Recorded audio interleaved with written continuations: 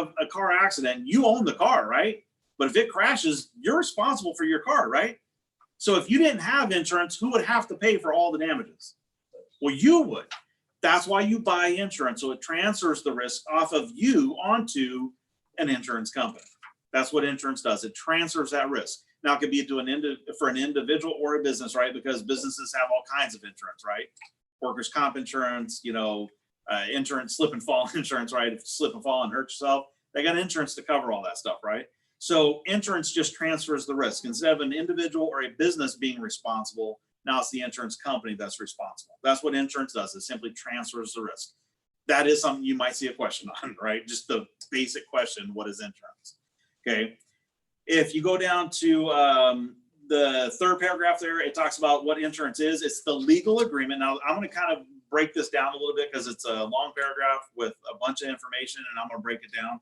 It says insurance is the legal agreement or contract whereby the two parties involved agree to the limits of indemnification, the circumstances under which it will occur, and what things of value, called consideration in insurance world, will be exchanged by the parties to the contract. So when you take a look at this paragraph, there's a lot there, right? So the first one is it's a legal agreement. An insurance contract is a binding agreement, right? So if an insurance company says you're insured for X, Y, and Z, and something happens, X, Y, and Z happens, and you go to them and they say, oh yeah, well, you know, because of the sun and the moon and whatever aren't aligned today, you don't get paid. Guess what? What can you do when an insurance company doesn't honor their contract? What can you do? You can sue them, right? You can take them to court because an insurance contract is a legal contract.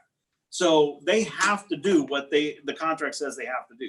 They can't say, hey, because you know it's a Monday, not a Friday, we don't pay. They have to pay. So if they don't, you can sue them. Now, the nice thing about the insurance world is that not only can you sue them, you can also go to the Department of Insurance and you can also get them to do their job as well. And I know that, Raul, you've had help customers with that before, where insurance companies wouldn't do what the contract said, right? Yeah. So sometimes companies literally, they don't want to do what the contract says, but you've got some ability to get them to move on stuff, right? Call the Department of Insurance with your customer if you have to, because they have the authority to, to tell an insurance company, yeah, no, it's in your contract, you need to do this. Whatever it is, whether it's a cash value issue and they're trying to borrow money or they're canceling it or whatever it is, you can call the Department of Insurance as well. But you can also call an attorney. That's a big deal, right? You know that your insurance company has to do, but now here's the thing. How many of you guys have ever actually read cover to cover your insurance contract? How many people have ever actually sat down and read an insurance contract all the way through? Nobody does, right? I mean, heck, when you put an app on your phone, it says, I approve, I approve. Are you reading all the stuff that says you're supposed to read before you hit approve? No, you're not. Okay, people, yeah, I just want the app. Okay, people don't read. Okay, you need to make sure you understand and read your contract. Now, that's the nice thing about what we can do here is we can teach you how to read an insurance contract. They're not complicated if you understand it. If you don't understand it, it's like reading a foreign language. Some of you guys in here agree, right? I mean, you've been around a while. You know what I'm talking about. If you don't understand it, you're going to read that and I don't know what it says. It says if I die, I get paid. Yeah, how? When? How much? I don't know. So you need to be able to read your contract. So make sure you read your contract. Hello. So anyway, that's the first part. It is a legal contract. The second part, where the two parties involved agree to the limits of indemnification.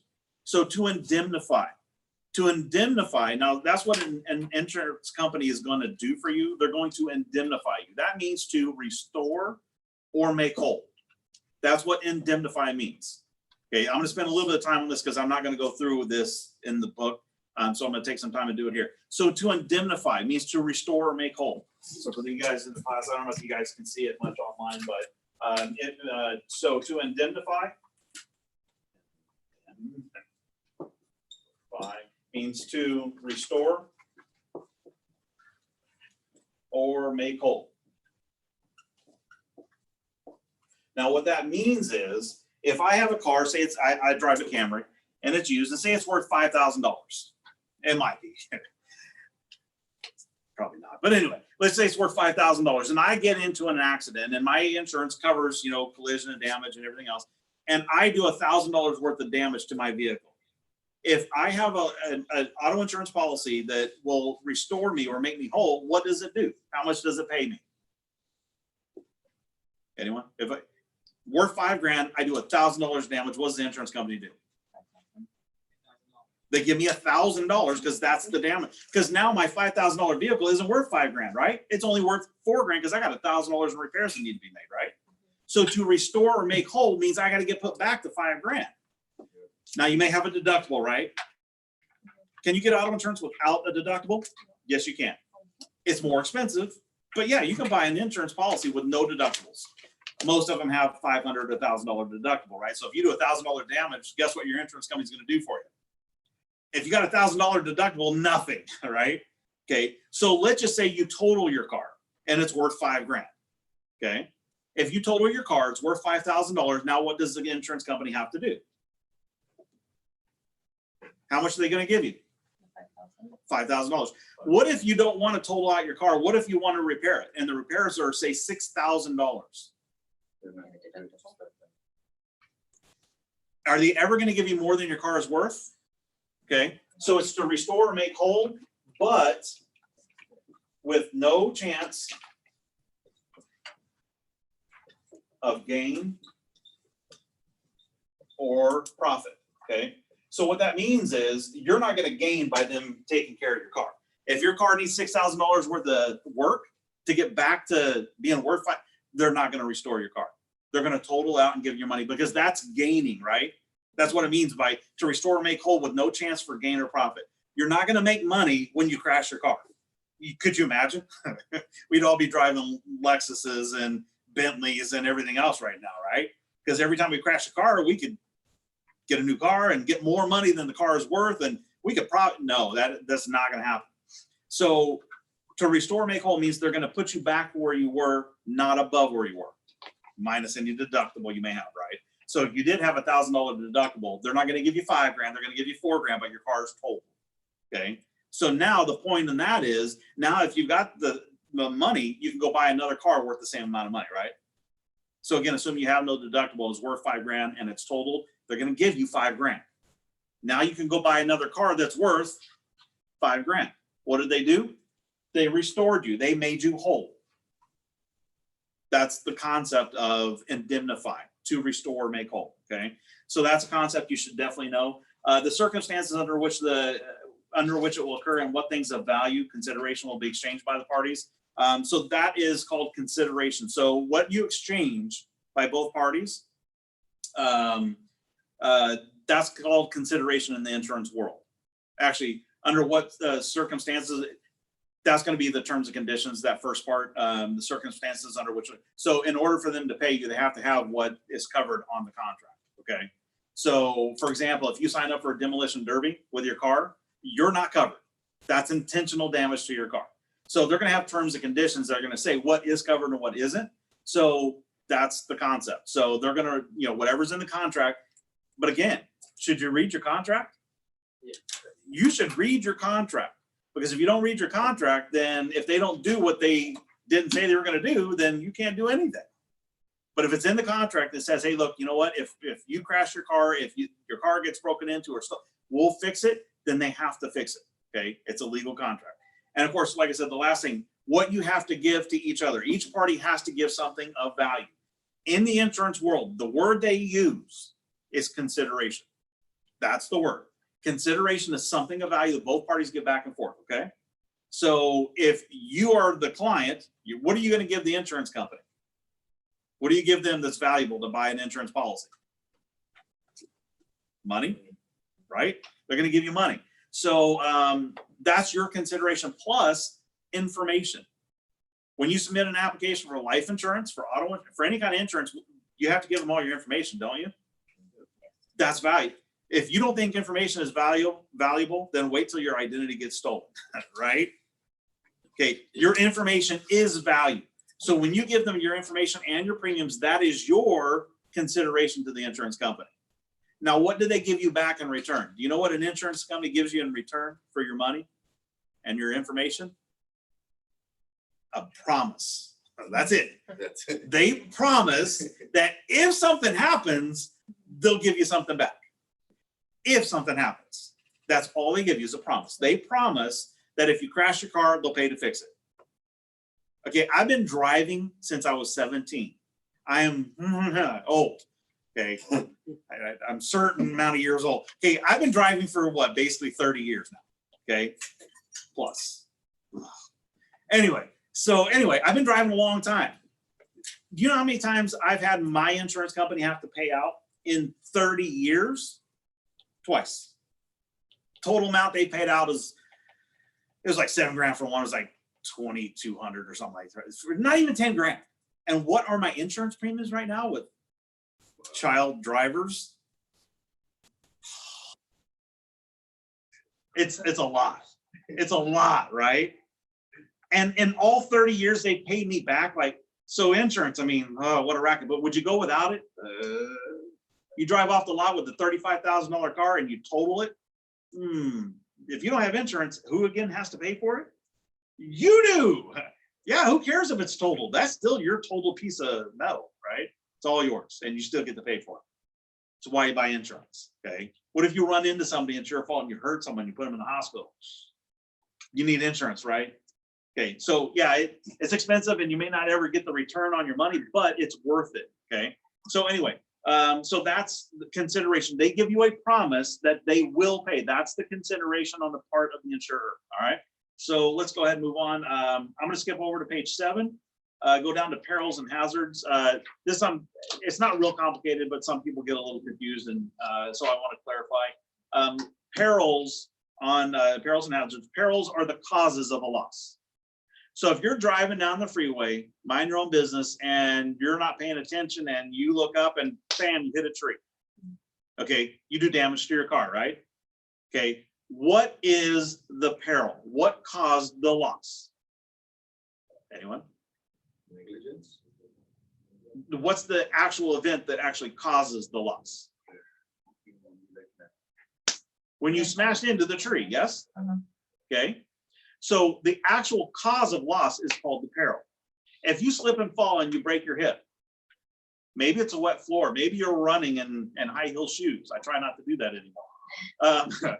But the bottom line is, if you slip and fall and break your hip, it doesn't matter the wet floor, it doesn't matter on high heels, it doesn't matter, right? It doesn't matter. It's the slip and fall that broke your hip. That's the peril. That's what caused the loss.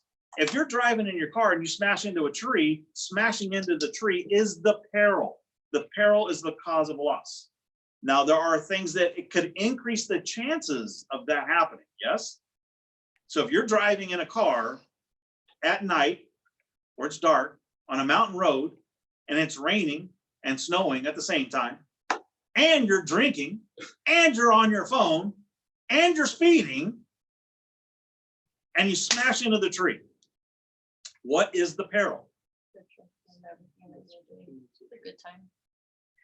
The peril didn't change, did it? The peril is still the same. When you did what? Smash into the tree. That's what caused the loss. Now, there are other factors that increase the chances. Now, can you drive drunk and not get in an accident? People do it every day. Sadly, some people literally do it every day. But you can drink and drive and not crash your car. You can speed and not crash your car. You can drive on a mountain road and not crash your car. Now, if you do them all together, you're probably going to crash your car. But what if you got through that winding road and got to where you're going and you parked your car and you didn't crash? Is there a peril? No. So none of those are perils, right? Those are all called hazards. That's the next paragraph down. Hazards are conditions. Hazards of condition that could increase the probability of an insured loss occurring. So speeding, texting and driving, all that stuff. I mean, I quit texting and driving, right? I mean, totally gave it up. Now I just play games instead. That's a joke. Don't be on your phone and drive. Okay, period. Should not be on your phone and drive. Stick it in your glove box or whatever, so that you don't even, have the temptation. But the bottom line is, those things are hazards. That doesn't mean there is a loss until you smash into the tree. There's no peril. Or smash into another car or whatever the accident is that causes damage. Yes, everybody understand that? That's the difference between a peril and a hazard. A peril is something that actually happened and caused damage. A hazard is something that increases the chances of this happening. Okay. So understand the difference between perils and hazards. All right. I'm not going to go over large numbers. I'm going to skip over to adverse selection, bottom of page 8. Adverse selection, you're going to see at least 1 or 2 questions on adverse selection. Now, adverse selection, some people I know that have gone online and come to my class. I'll ask people who've done that. All right, actually, you've gone online. Adverse selection, is adverse selection a good thing or a bad thing, or do you even remember what adverse selection is? Not sure. Okay. How about you? Don't remember? Okay, adverse selection. You're going to see a question. Now, you've taken the test. Do you remember seeing the question on adverse selection? Don't remember? Okay, I mean, there's 75 questions, so I get it. All right, so look, you're probably going to see at least 1 question on adverse selection, maybe 2, maybe a couple, okay? But adverse selection is a bad thing for insurance companies. If you look, it says insurance companies strive to protect themselves from adverse selection. If you're going to protect yourself from something, that's something that is bad, right? You don't protect yourself from something good happening, do you? I don't want to win the lottery. I don't want to make tons of money. I don't want to end up getting a better job. No, you don't protect yourself from good things happening. You protect yourselves from getting robbed, getting, you know, your car broken into, or anything bad. So insurance companies want to strive to protect themselves from adverse selection, which is bad for an insurance company. And it says it's the insuring of risks that are more prone to losses than the average risk. So in life insurance, if you have cancer, would that be adverse selection? You're more prone to loss than the average risk, yes? Yes.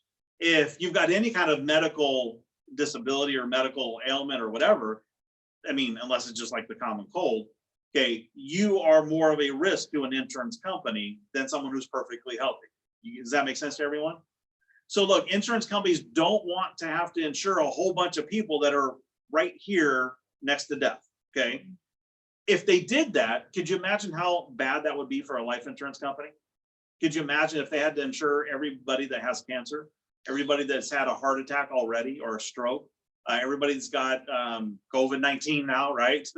Could you imagine if insurance companies had to insure everyone who was sick and close to death? You know what would happen to life insurance companies if that were the case?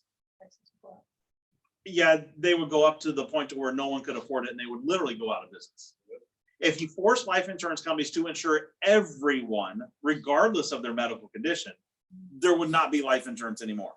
Because guess what most people would do? Wait until what? Wait until they're sick and dying before they buy life insurance, right? So what would happen is insurance companies would literally go out of business. You wouldn't be able to buy life insurance anymore if they forced them to insure everyone. So that's adverse selections, people with higher risk seeking out, whether it's auto insurance. I mean, look, you got 3 DUIs. Do you get auto insurance? No. I mean, you don't go to jail though, but whatever. Anyway, I won't get into that. So anyways, the insuring of risks that are more prone to losses than the average risk. It says poor risks tend to seek insurance or file claims to a greater extent than better risks. Would you agree with that? I mean, if you know you're sick, dang, I should buy life insurance. Might be too late. Okay, that's the wrong time to look for life insurance, which is why we would do what we do, right? We need to go out and help a lot of people because look, do you guys know anybody who's died without life insurance? Anybody in here? Yes. Probably almost everybody in here, right? Is that a pretty scenario? I mean, not the death part. I mean, that's never pretty, but the financial scenario after someone dies and leaves someone with no money, is that pretty? It can be devastating, right? I mean, almost as devastating as the loss. Because then not only do you lose your loved one, you can lose everything else you got too, right? Imagine a stay-at-home mom or a stay-at-home dad. And the one who's bringing in the income dies and they don't have any life insurance. Man, that's not pretty, okay? So anyway, adverse selection, the insurance companies, though, they got to protect themselves, make sure that they're in a good business setting, right? So here's what they can do. Now, there are 3 things that you can do to protect yourself as an insurance company from adverse selections. 3 R's. 3 R's to protect yourself. To protect themselves from adverse selection, insurance companies have an option to refuse coverage. They can simply refuse coverage. That's pretty simple, right? If you currently have cancer and you're stage 4, you're not going to buy typical life insurance policy. Now, I'm going to say there's a caveat to that. Are there companies that will insure anybody for anything, no matter what the medical scenario? Yeah. Have you seen those ads on late night TV? Yep. apply for this $10,000 whole life policy. Everyone qualifies. Or accidental death and dismemberment, which doesn't pay you if you die from cancer, so they don't care. They kind of hope cancer patients buy it because they know they're just going to make money off you. But the bottom line is there are companies will insure people that have serious medical ailments and are likely to die. Even if you're terminally ill, they'll sell it to you. I know this because I experienced it myself. Okay, my dad died at 61 years old. He became terminally ill at 57. Of course, terminal illness, normally they expect you to die within 2 years. They expect you to die within 2 years. That's terminal illness. My dad lived almost 4. Okay, my dad bought a policy from me, then canceled it 4 months later because, you know, it ate into his lottery spending. Not his lottery earnings, his lotteries. He had to buy his tickets, right? So, you know, that $45 a month for that $150,000, you know, was too much. And my dad canceled. By the way, I didn't quit Primerica because my dad canceled his policy. Just a little hint. So anyway, my dad couldn't buy life insurance now because he's terminally ill. Well, I saw those ads. I'm thinking, all right, what's the catch? Well, you know, here's the catch. They can insure whoever they want. They can do it. But the way that those policies are going to generally work is for the first 2 years, they don't pay a death benefit. Did you hear that? They literally don't pay a death benefit. They're whole life policies, which means they're very expensive. My dad was paying $50 a month or so, somewhere around there for a $10,000 policy. I had $150,000 for $45 a month. So 15 times the coverage for less money. Okay. And that, you know, anyway, my dad, fortunately, he lived past the first 2 years. So when my dad passed away, we did collect the death benefit. Okay. But if you die in the first 2 years, all they give you back is your money plus a little bit of interest. That's it. That's all they give you. So yeah, you can buy it, but probably you're not going to see the death benefit because most people that buy that are terminally ill. And they're very small policies and they're very expensive. So you don't want to put yourself in that position either, right? So again, adverse selection, they can refuse coverage. That's the first choice. If you're too much of a risk, they just simply refuse your coverage. The next one is they can restrict coverage, meaning they don't pay for all causes of death, okay? So if there's something that they can exclude, now a lot of times that'll be like a hazardous sport. If you jump out of planes for like a living, you're a skydiving instructor, do you think they want to insure you at the normal rate or maybe at all, or maybe for that cause of death? They may not, look, they may want, maybe you're perfectly healthy and everything else is fine, but they can put an exclusion on your policy that says, we're not going to pay you when you jump out of a plane because you're crazy, okay? So they can put an exclusion on your policy. That's what a restriction is. They can restrict your coverage and they can say, if you race motorcycles, if you jump out of airplanes, if you rock climb, if you do anything like that, they can put a restriction on there. Scuba diving, there's some hazardous dives that you can do that they can put exclusions on. Flying airplanes, if you have a pilot's license, those are all types of restrictions they can put on a policy. So that's a restriction. And then of course, they can also, the last one, charge them a higher rate. We call that you got rated, right? You got a rated policy. That means you didn't get the normal standard rate. You got a higher rating, which means, yes, you're okay health-wise, but maybe there's some issues. You're a little bit higher risk than the average person. So they can rate your policy. So the 3 R's, they can refuse coverage. They can restrict it, means they're going to pay you if you die, but not if you die certain ways. And they can rate your policy, meaning they're just going to charge you more for the protection. So adverse selection is bad for an insurance company. They got to protect themselves. They don't want to insure every Yahoo out there because, like I said, if you're jumping out of airplanes, they're going to be like, whoa, what do you say? That's not a good risk for us. We'll insure you, but not when you do that. So they got to protect themselves to make sure that it's a good business, right? If they started paying claim after claim after claim for people that are doing crazy things like that, yeah, that's not good. So anyway, so the next section on page 9, it talks about risk management techniques. I'm going to go over this real briefly and quickly. There's an acronym. It's STAR.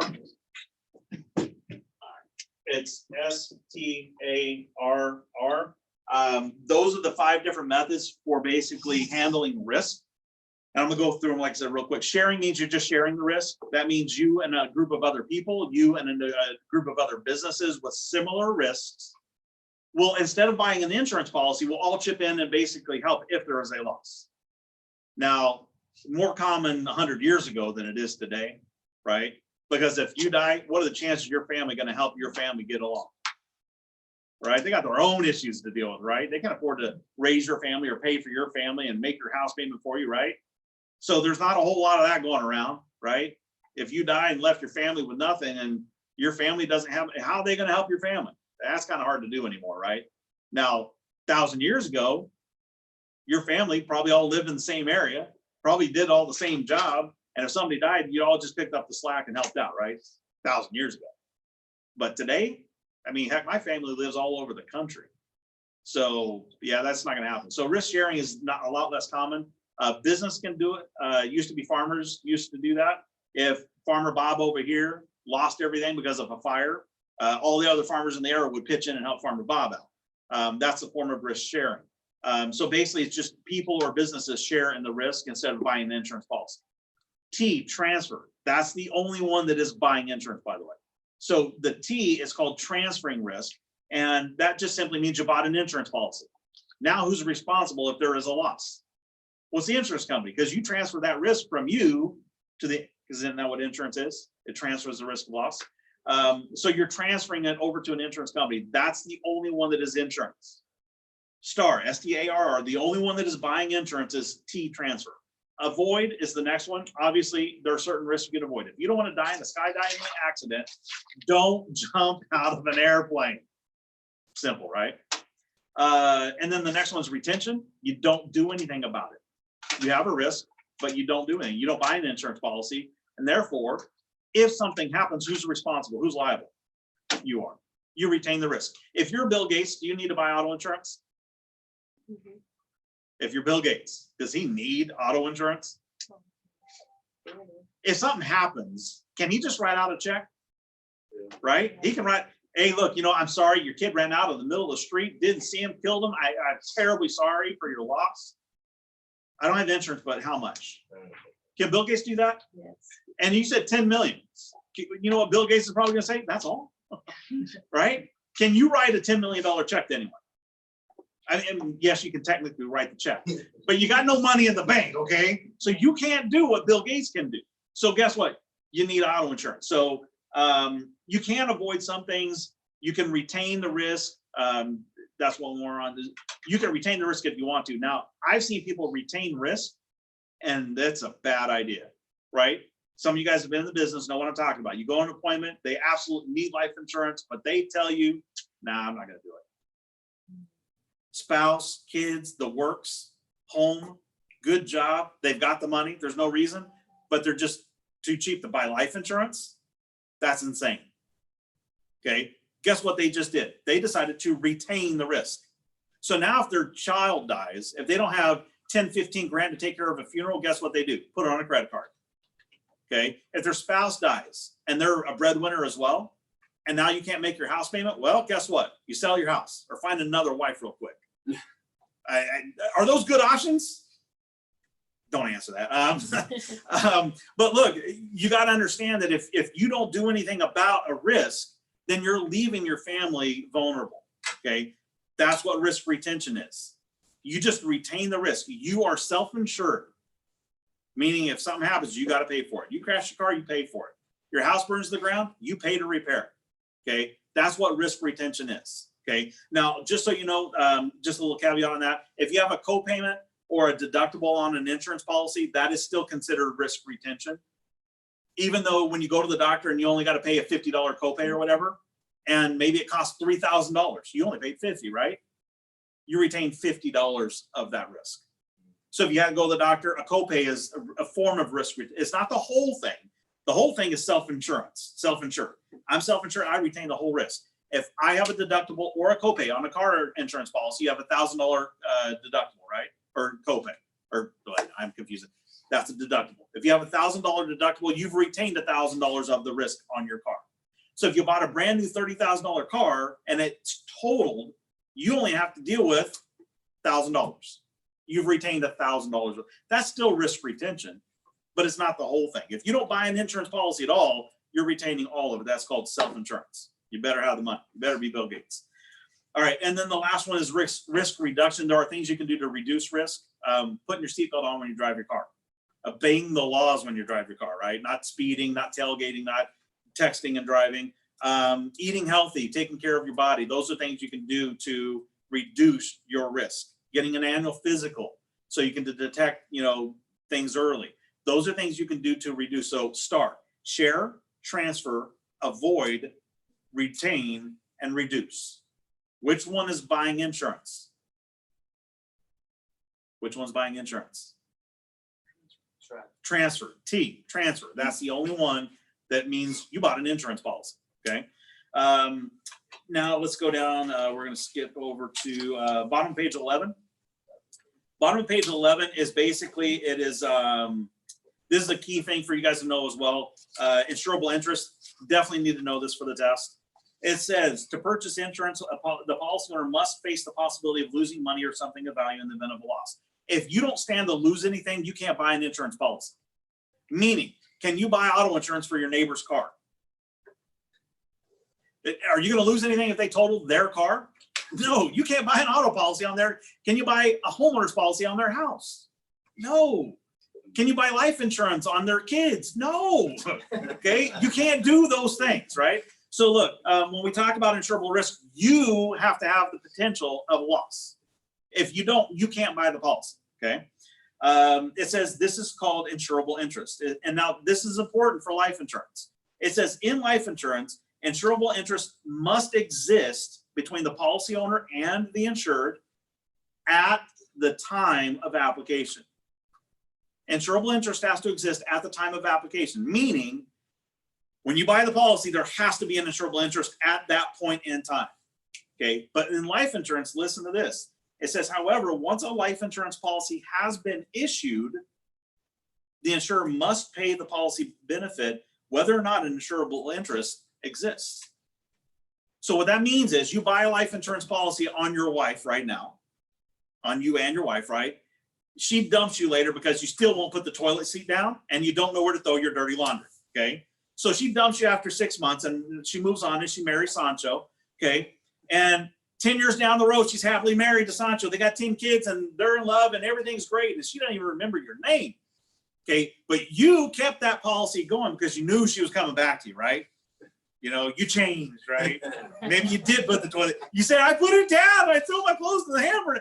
Look, you changed and you just knew she was going to come back to you. She's the one woman of your dreams. And she doesn't even remember your name anymore, right? But you kept that policy going. You kept paying for it and paying for it and paying for it. Is there, at this point in time, she's married to Sancho 10 years down the road, you don't have any debts together, don't have any kids together, she doesn't even remember your name, for crying out loud? If she dies, is there any insurable interest between you and your ex at that point? None, right? None. But guess what? If you kept paying for that life insurance policy and she dies, cha-ching. I knew I loved her, right? Okay, you get paid because insurable interest has to exist when?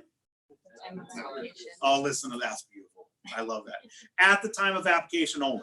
So for life insurance, it's a little different. Now, auto insurance, you sell your car and you don't own it anymore. Do you keep paying auto insurance on it? Not unless you're, no, you don't. Okay, you don't. You stop. You sell your house. You don't keep paying the homeowner's insurance on that house. But life insurance, you can keep paying for it if you wanted to. Are there scenarios where that makes sense? Yes. I mean, insurable interest, right? If you have kids and you get divorced and your spouse is helping take care of the kids, yes? Is that a good reason to keep paying for the policy? Yeah, so just because you got divorced doesn't mean you cancel your policy. And in some cases, I don't know if you guys know this, but in some cases, the courts can actually require you to keep paying on your policy. Okay. So the reality is yeah, you can get divorced and keep the policy for multiple reasons, but just because you want to keep it, you can keep it. If you're the owner and you're paying for it and you don't want to cancel it, what if you're the owner and your spouse is on there and you kind of forgot your spouse is on there and you're just paying your premiums and then, 5 years later, your ex-spouse dies. You're like, oh yeah, maybe she wasn't so bad after all. Anyway, so that's insurable interest. It has to exist when in life insurance? At the time of application, okay? So that's important that you know. Skip over to, let's see, bottom of page 11, I already talked about indemnify, right? So you've got that, hopefully, to restore, make whole. So let's skip over to, where's my next highlights? Okay, I'm passing on some of the business types of uses of insurance. If you got questions again on anything that I'm not covering, feel free to call me. And for those of you, I don't know how many do we have? Let's see, participants. All right, so there are more people online. So what I'm going to do real quick, for those of you guys watching online, I'm going to put my number up here again, and I want you to text me your name and your solution number. So 909-838-4692. Text me your name and your solution number just so that I can have a report back to the my boss that people were on, and I wasn't just doing this for myself. So, and you guys have all texted me your, you didn't get that before, but my number's up here. Text me your name and your solution number. That way I can, like I said, report back to everybody that was here. So for anybody online, please make sure you text in. I got to make sure I report back how many people were here. Okay. Okay. All right. So, okay. So on some of the chapter, so now we're on the chapter recap on page 17. I'm going to kind of go through this a little quick. Basic concepts. Remember the difference between a peril and a hazard. A peril, something happened, there's a loss. What caused that is the peril. Things that increase the chances of that happening are considered hazards, not the peril. Okay. So if you go to the risk management techniques, remember if you guys have a book, it's here on page 17. For you guys watching online, if you have a book, it's on page 17. It's STAR, share, transfer, avoid, retain, and reduce. Those are the 5 risk management techniques. Which one's buying insurance? Transfer. T is the only one that is buying an insurance policy. That's the method. Let's see. If we get down to the next section where it has general concepts, the second box, it talks about hazards. One of the things you might see on the test is what the 3 main types of hazards. And it says it right there: physical, moral, and morale. Those are the 3 main types of hazards that you'll want to know. Physical, moral, and morale. Those are the 3 main types of hazards. A physical hazard is just literally a physical hazard. It could be an illness or whatever. A moral hazard, just to explain the difference between moral and morale. A moral hazard is you lied on an application or you lied on a claims form. That's a moral hazard. Moral hazards mean you're lying. Okay, that's the issue with a moral hazard. A morale hazard, you're careless, you're clueless. So a morale hazard, you may lie on an application or on a claims form. That's a moral hazard. You have very low morals if you're going to lie on an application, right? A morale hazard is a little bit different in that you have an auto insurance policy, you go, it's insured, and then you're just careless. Man, I've never been off-road, I've never gone off-road with the, car before. Never done the 4-wheel drive thing. You see a course, you're like, man, let's do it in your 2-wheel drive Camry. You go over that first hill and I'm insured. That's a morale hazard. Okay, you're not a liar, you're an idiot. Okay, there's a difference. So that's a moral and a morale hazard. That's the difference. Moral hazard, you're lying. A morale hazard, you're just kind of careless. You don't care. You'll do something stupid. And then, of course, the physical. Those are the 3 main types of hazards. You might want to know that. You'll probably see something on that. I didn't cover risk, but again, that's an easy concept, and you should be able to figure that out if you did this class online. Hopefully, you guys understand risk, right? There's 2 types, pure and speculative. The only type that is insurable is pure risk. Pure risk is insurable, speculative risk isn't. All right, let's see. Now, there's a chapter quiz. For those of you guys online, I'm kind of going to read through this. People in the class have books. Those of you online, just kind of listen along, and we'll go through some of these questions. The uncertainty of financial loss is the first. I just gave the answer. See, like I said, we might want to do this twice. Risk in insurance terminology refers to, and risk is the uncertainty. Make sure you know that. Again, some of these are simple questions they're going to ask you. Look, a lot of the questions on the exam will be simple. Some of them are going to be confusing. So I'm trying to get through the confusing stuff, but some of the simple stuff is like this. Risk is an uncertainty of something happening. Okay. If it were a certainty, then that's not a risk. That's a guarantee that's going to happen. Risk is it could happen, but it's not a certainty. Okay. So risk basically involves two things: the possibility and so the possibility of a loss and the uncertainty. Okay, so the possibility means there has to be some kind of a risk. Okay, what are the chances of you dying in a skydiving accident? Anybody in this room? Pretty much zero, right? Anybody in here plan on skydiving? No. So what's the chance you're going to die skydiving? Zero, right? You're not going to die skydiving. Okay, but if you do skydive, does that mean you're going to die? Okay, so you see the concept of risk. There has to be a possibility of a loss, but there's also an uncertainty of that loss occurring. Yeah, if I skydive, I could die, but it doesn't mean I'm going to. Okay, so that's the concept. It's uncertain though. You have no idea if it's going to happen or not. You buy auto insurance because it could happen.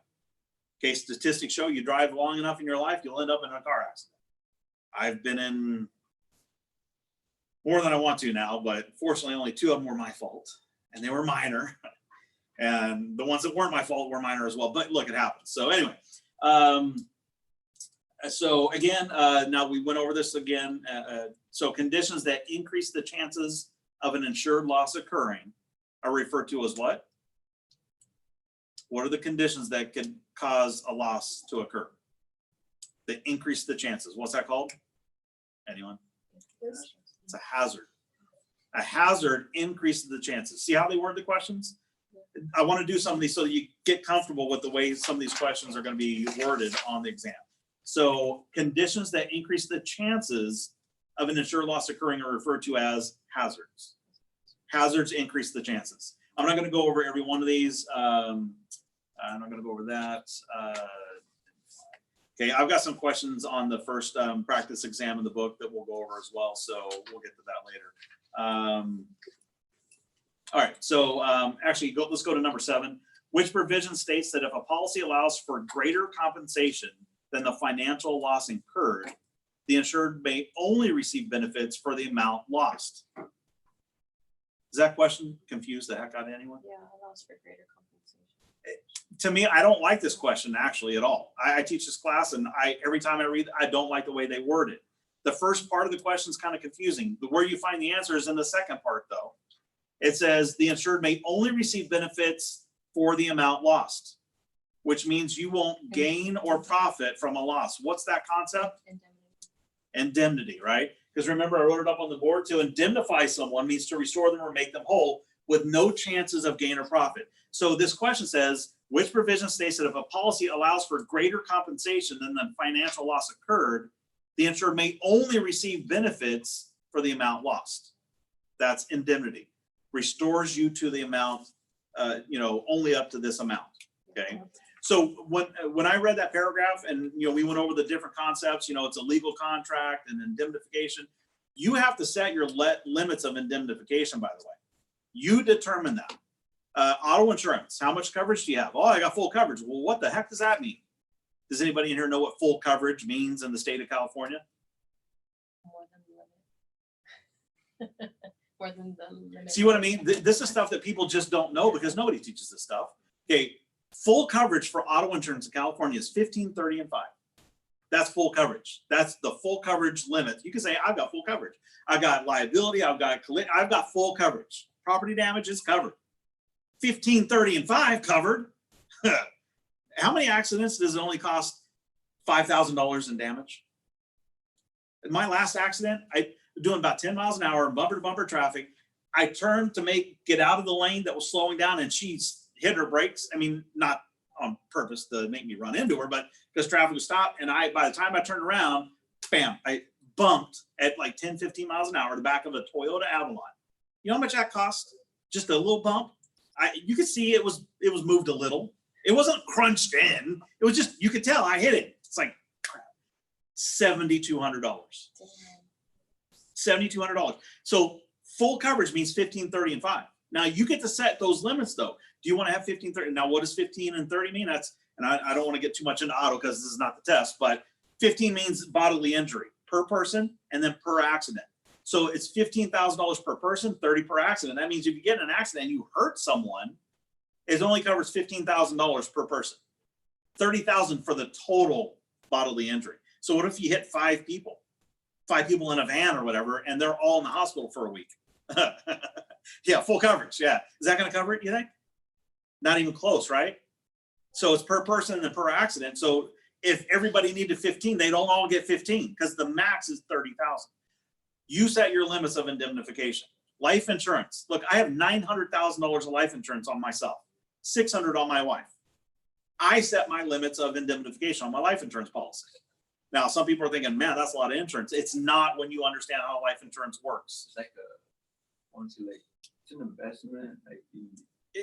Here's the deal you have to understand with life insurance. Insurance is meant to restore your family, right? Indemnify, it's to restore them, make them whole. So how do I make my family whole if I die? Well, my income is what they're going to be missing, financially speaking, right? Because look, they'll never replace me. Come on, look at me. I'm just kidding. Anyway, so if I have $900,000 life insurance, now look, we look at life insurance generally. One of the general things we'll look at is how much life insurance you need, about 10 times your income. Because if you have 10 times your income and you invest it, if you're lucky enough to make 10%, would you be lucky if you consistently made 10% like forever? Pretty good, right? So that's not even guaranteed. But if you could invest it, make 10%, what's 10% of say $900,000? That's 90,000. Well, look, if I make $90,000 a year, guess what that does for my family? It replaces $90,000 a year every single year for as long as it makes 10%. So when we talk about 10 times your income, it replaces your income. It could be indefinitely. Now, let me ask you a question. What if it doesn't make 10%? What if it only makes 8? Guess what? Either you live on less income or sell your house or whatever, or you marry Sancho. I don't know. You got to have some other means to replace my income, right? Well, I don't want my wife to have to look for a Sancho in the first place. So I got plenty of life insurance. I don't want my wife and kids to have to sell their house and move in with their parents because that happens a lot, right? Got to move in with mom and dad again, right? Once you move out, who wants to move back in? Not I. Okay. So I have enough life insurance to make sure that my wife and kids never have to worry about, oh, we can't afford it. Okay. Does that make sense? I have 600,000 on my wife. She doesn't make 60 grand a year. But if my wife dies, guess what I do? I quit my job, my day job. I do Primerica full time, and I got enough money to take care of my family. So I set my levels of indemnification. That's important that you know. So you have to set what those limits are. Whether it's auto insurance, homeowners insurance, life insurance, you get to set those limits.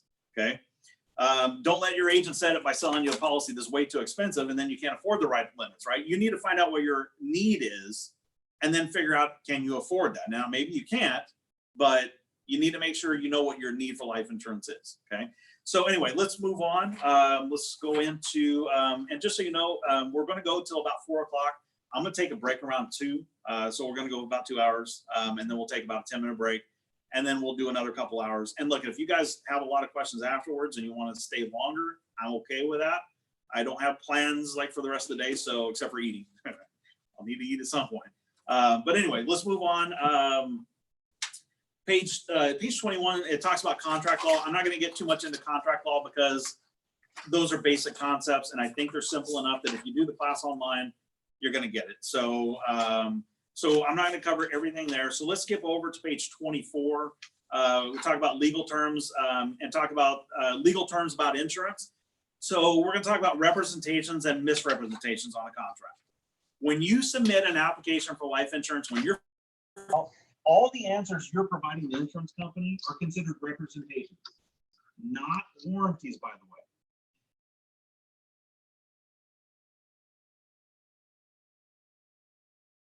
Best of one's knowledge, but they are not guaranteed to be true. Okay.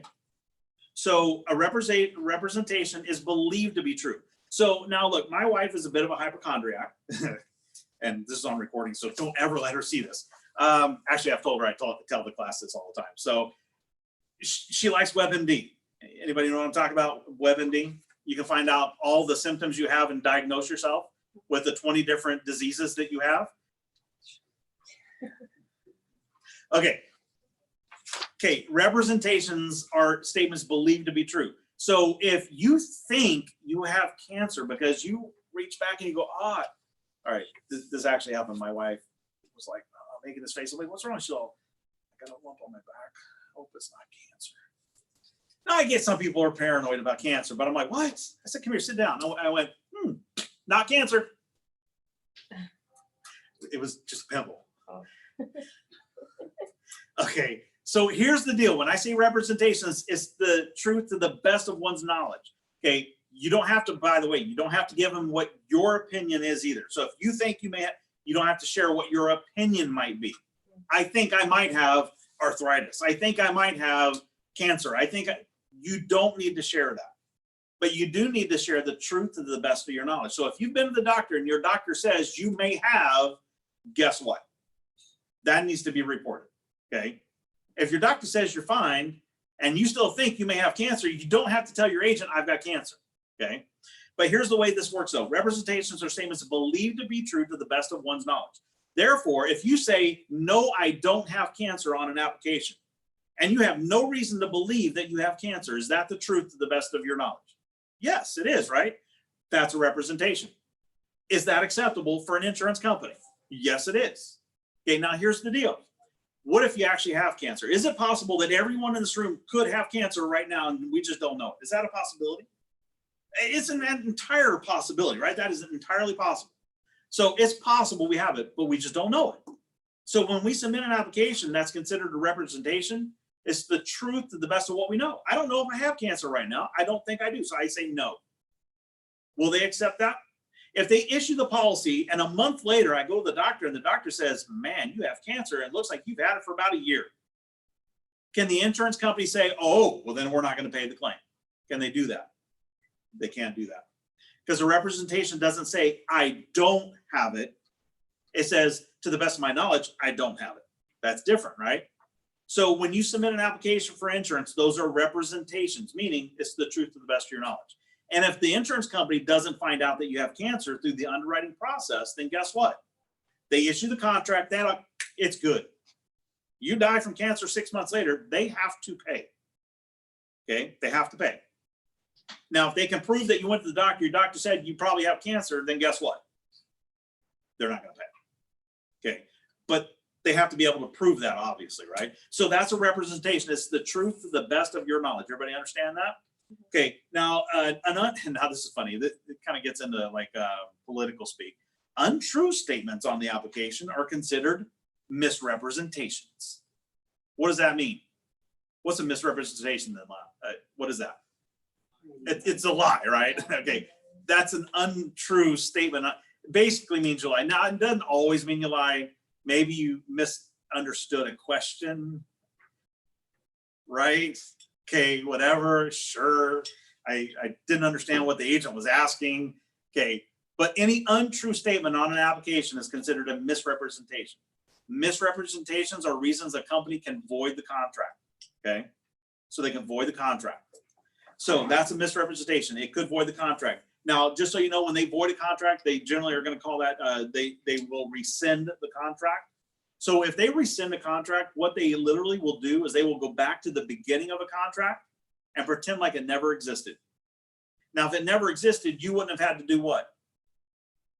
You wouldn't have had to pay for it, right? So if they rescind the contract, they go back to the beginning, they pretend like it never existed, you get your money back, but generally speaking, that happens when you die. Which means instead of your family getting the death benefit, all they're going to get is your premiums back because you lied on your application. Okay. So, I mean, hey, there's something, you know, you get your premiums, but you're not going to get the death benefit. So if they can prove you lied about cancer or HIV or heart attack or anything like that, that would get you declined and you lied, they will rescind the contract. Now, anybody know how long they have to do that? The grace period? 2 years. Okay. They only have 2 years to contest a claim.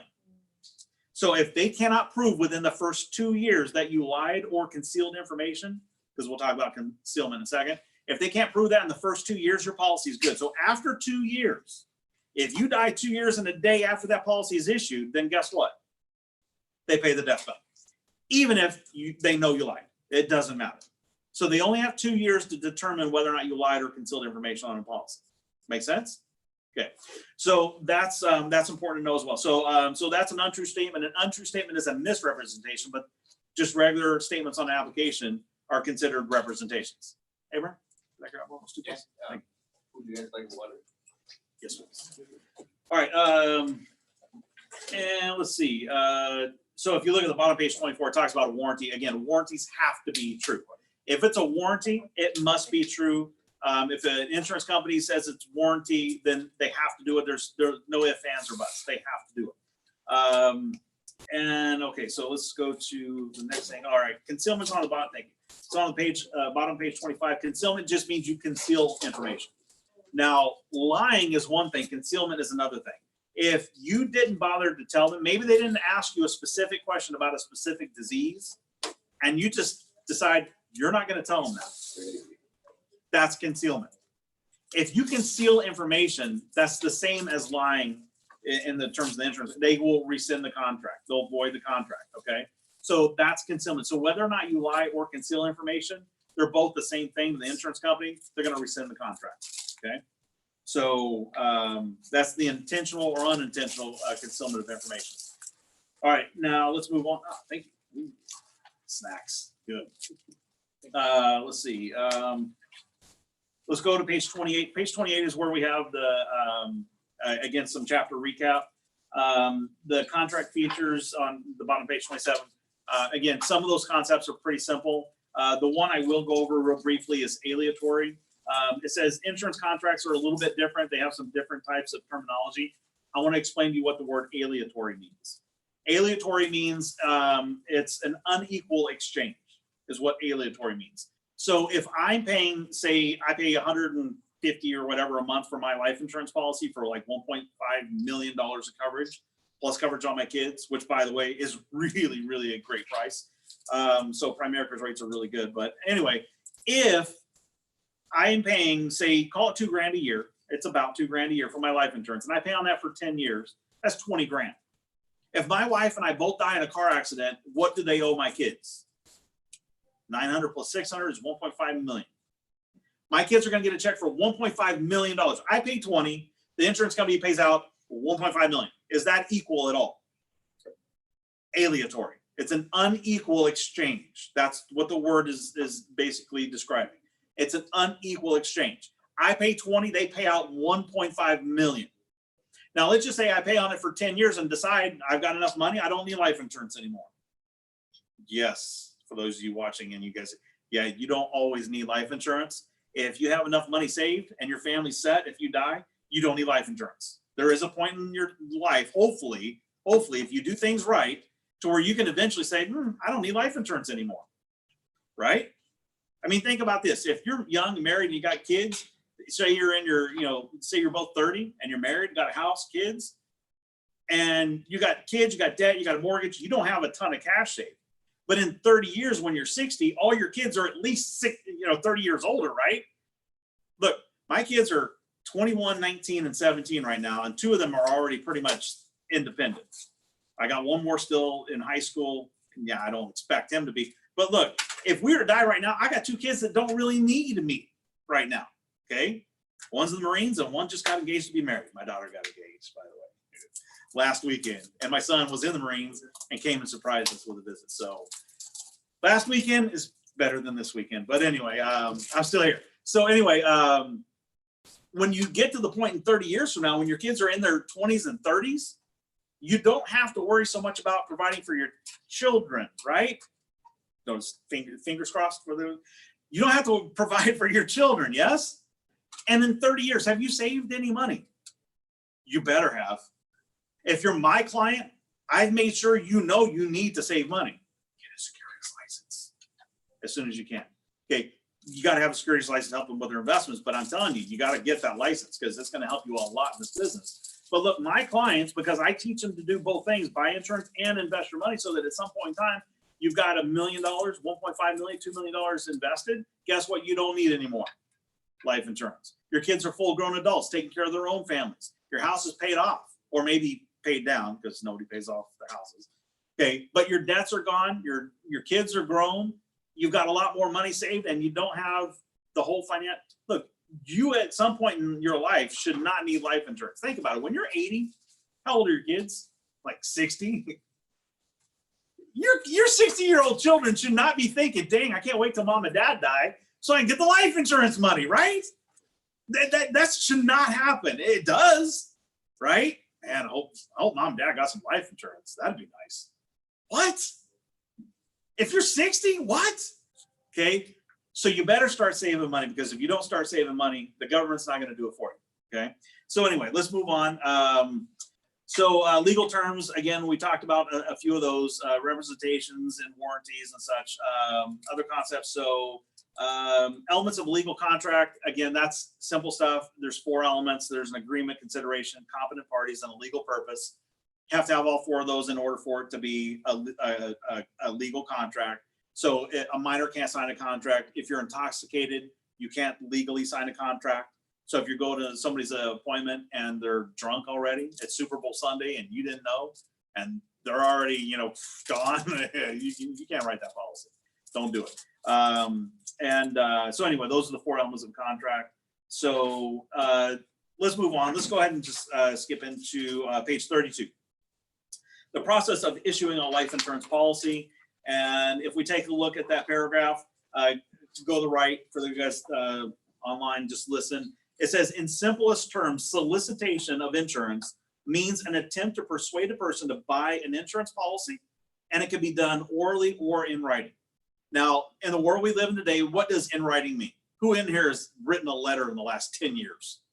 An actual letter by hand, stuck a stamp on it and mailed it out. Who's done that? Anybody? Okay, to your uncle in prison maybe, or to your son in the military. But those are about the only 2 reasons people ever write letters anymore, right? To people in prison, to people in the military. Otherwise, you email everything. Everything's digital now, right? That also includes texting, right?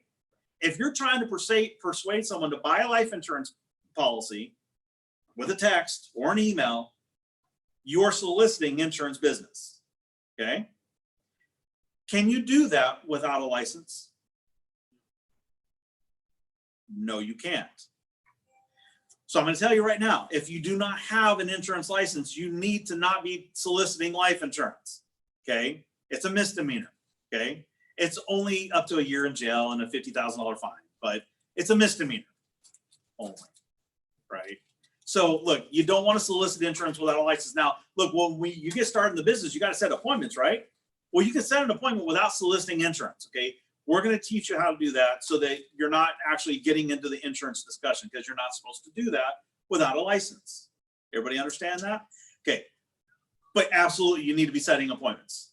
And that's what your field trainers are for. And that's what they're going to do when you go on these initial appointments. They're going to do all that for you so that you don't have to. And by the way, it's a bad idea, because if you get in an insurance discussion before your license and you know what you're doing, they're going to end up asking you a question you don't know the answer to. And here's how that conversation is going to go, which you shouldn't have in the first place. But it's a bad idea for all kinds of reasons. It's illegal and it's ineffective. They're going to say, hey, look, tell you what, why don't you find out and call me back? And then guess what? They'll never answer your call again anyway. So it's a bad idea to do an appointment over the phone, give them too much information on the phone. You don't want to get into the insurance discussion until you're licensed anyway. Okay. If they ask what we do, I mean, obviously, you know, tell them it's Primerica and they're a financial services company. Okay. But you can't get into soliciting the policy. I mean, do they sell life insurance? Yes. Do they sell auto and home? Yeah. By the way, auto and home insurance, guess what? You can do that right now. If you have a solution number, you can do that right now and get paid. Right. Okay. So that you can do. Okay, by the way, let's see how many people are online. Let's see. All right, there's 10. So it looks like maybe we haven't gained anybody. If you are online though, and you haven't texted me your name and solution number, please text me your name and solution number. Let me tell you my phone number, 909. If you can't see it on the board, it's 909-838-4692. Text me your solution number and your name so that I know you've been here.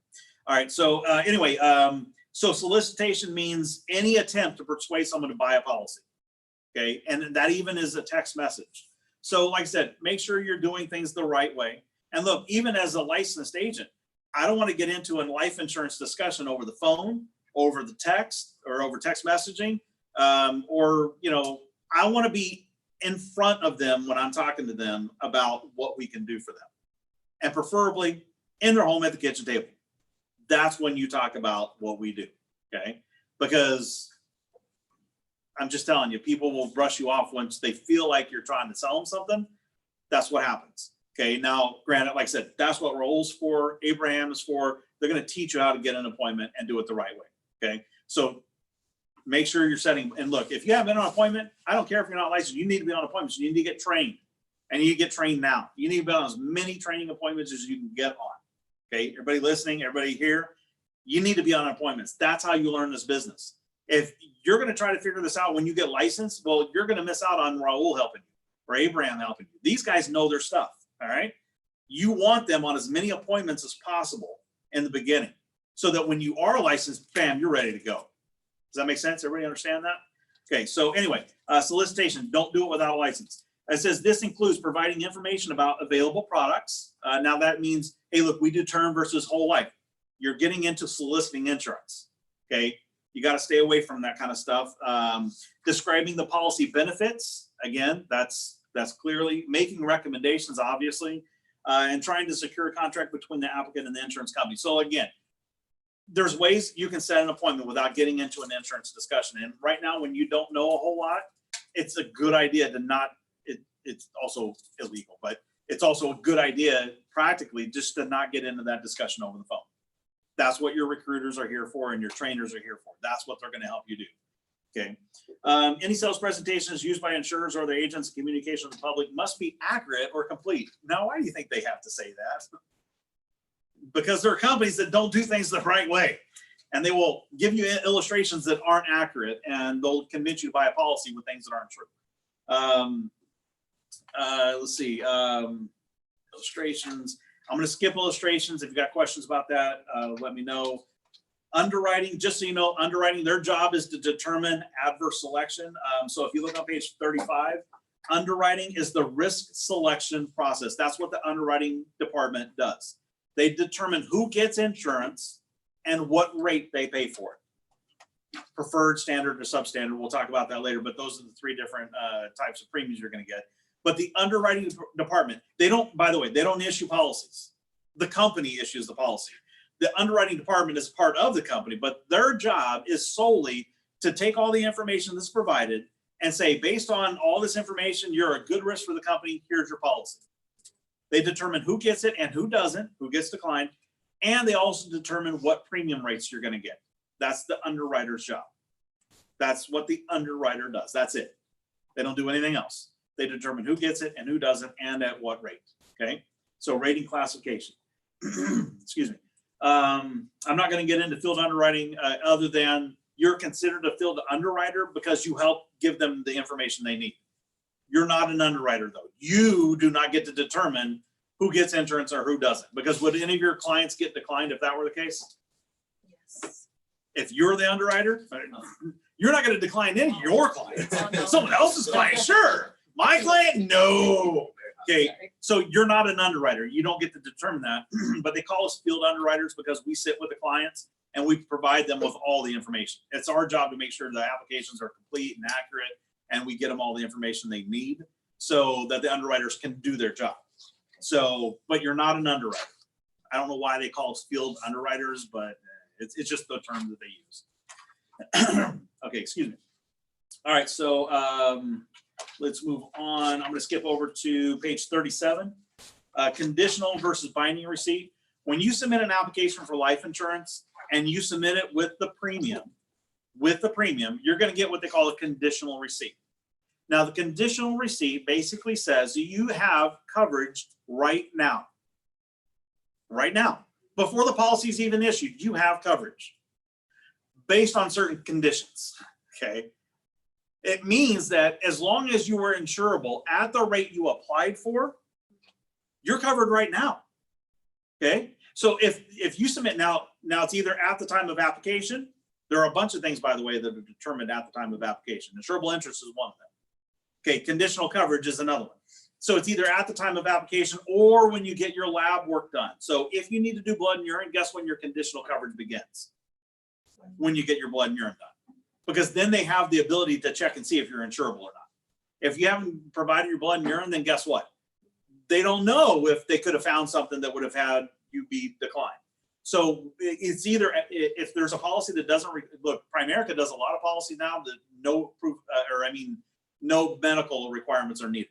It's just a signature, right? And as long as everything's accurate, you can be bam covered right away. Okay. So we can do up to, is it 300,000 now without any blood and urine? I mean, that's incredible. I don't know anyone else that will give you coverage without blood and urine up to 300. I don't think anybody else. I don't know. Could be, but I'd be surprised if anyone else did that. But if you do have to do blood and urine, your conditional coverage doesn't begin until you have the blood and urine done. But your conditional coverage says from either the time of application or your blood and urine is done, your medical work is done, you have conditional coverage, meaning even if your policy is issued a month later, you're covered right here as long as you come back insurable as applied for. If you come back standard rate, you are covered. At the time of application or when you get your lab work, before the policy is even issued, you're covered. And that's what the conditional receipt says. But now if they find out during the underwriting that one, you're declined, they're going to refuse coverage. Do you have conditional coverage? Well, obviously not, because you didn't qualify for the coverage. If you are rated, did you meet the requirements of the conditional coverage? Nope. You have to be acceptable at the rate you applied for. So if you got rated on a policy, then your conditional coverage isn't good. Not until the policy is actually delivered. And obviously, if you get rated, that means you have to pay more. So your coverage doesn't go into effect as the policy is delivered and they collect the additional premium. Okay. Does that make sense to everybody what the conditional coverage is? And that's when you would get a conditional receipt. If they don't give you any money, now look, you should never walk away with a life application and no check.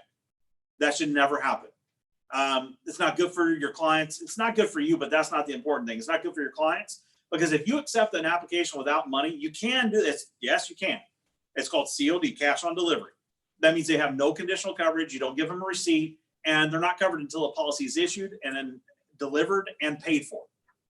Now, what happens if they die before then? They have nothing. What happens if they don't die, but they end up in a car accident and now they're uninsurable? You're going to have to sign a statement of good health that says from the time of application till now, I haven't suffered injury or illness. If you've been in an accident and can you sign that anymore? You can't sign that. So guess what they're going to do? They're going to put you through the underwriting process all over again. And now if you're uninsurable, you don't get anything. You need to make sure you protect your clients. Don't ever walk away with an application without a check. I mean, it's a bad idea. Okay. Can you do it? Yes. It's called COD, cash on delivery. But it's not recommended because then they're going to have to sign that statement of good health. And that is something you might see on the test as well. The statement of good health is only going to be there if you didn't take a check with the application. Okay, it's later in the book. I'm just going to cover it now though. So a statement of good health, it says, if you sign it, you're saying to the insurance company, I have not suffered injury or illness since taking the application. And if you've had the flu, if you've gotten a car accident, you can't sign it. They're going to run you through the underwriting process all over again. Okay. So you want to protect your clients, always collect the check. Now look, they always have the right to return the policy. If they accept it even, and how long do they have to return a policy? Anybody know what that's called? It's 30 days. And what's that called? It's called a 30-day free look period. Oh, my battery's dying. Do I have to do anything on this to get it? Okay, let's see if that works. All right. Okay, so if not, do we have a iPad charger just in case? That'd be great. Okay, so when we talk about the free look period is a 30-day free look period. That means from the time you received your policy, the time you received it, not the time the policy is issued. Okay. Cool. Oh, excellent. Oh, look at that. Another battery. Perfect. Yep. Cool. Thank you. So from the time you received your policy is when that free look period begins. Not the time the policy is issued, from the time you actually got it. Because can you look at it if you don't have it? Okay. And I'll actually go back. The free look period actually is a minimum of 10 days. All right. Let me clarify that. It's a 10-day free look period. Somebody confused me because you're talking about what we do. Ours is different. The state of California has a minimum 10-day free look period. If you are 60 and above, it's a 30-day free look period. Okay, so to clarify, it is a 10-day minimum free look period. Everyone has 10 days from the time you receive your policy to read through it. And now here's the deal. For any reason, you can return that policy and get a complete refund if you return it within the 10-day free look period. I don't like bald guys. My agent's bald. I want my money back. 10-day free look period, you can return and get your money back. You know, I don't like people wearing glasses. You know, he smelled funny. I don't care what your reason is. It doesn't matter. If you don't want the policy, you return it within the free look period, the 10-day free look period, and guess what? You get all your money back. So when I say you should collect the check, look, what's the worst thing that'll happen? They don't have that premium for a month or so.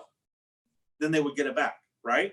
That's the worst that would happen. So you shouldn't ever walk out without a check because they don't have conditional coverage. They got to sign the statement of good health. They're not covered. And if they really decided they didn't want it, they can get their money back anyway. So what's the harm in collecting the check? There's no harm. It's only good. It's good for you, of course, too, because you don't get paid if you don't get a check. But that's not the primary reason, right? The primary reason is you got to protect your clients, right? Do what's in the best interest of your clients. Collect the check, okay? I don't even like to tell you that that's even an option, but it's in the book, so I got to cover it. So anyway, let's move on. By the way, there are on page 30, it talks about non-medical applications. Like I said, some companies, anything over 100,000, they're going to do blood and urine. Some even lower than that. We have some policies up to, depending. If you're doing preferred, you're always going to have to do blood and urine. Other types of things you're going to have to do blood and urine, but we can do up to 300,000 with no blood and urine. Some people don't like blood and urine. I hate needles, but I did. You know, 900,000, you're going to have to do blood and urine, right? So anyway, if we take a look on page 39, I'm going to just briefly cover the things that the underwriter is going to use for underwriting. The MIB, not the Men in Black. It's the Medical Information Bureau. Sorry. The Medical Information Bureau is basically, they keep a track of things that they discover during underwriting. Insurance companies will supply the Medical Information Bureau information during underwriting. And they will keep that information so that if you go to apply for another policy somewhere else and there was something negative in your past before, it's still there. They have that information. So the Medical Information Bureau keeps a record of medical impairments during underwriting of insurance policies. Now, they don't go to your doctor and say, tell us everything about this person. They can't do that. But during the underwriting process, if they find something, that information does get shared with the Medical Information Bureau.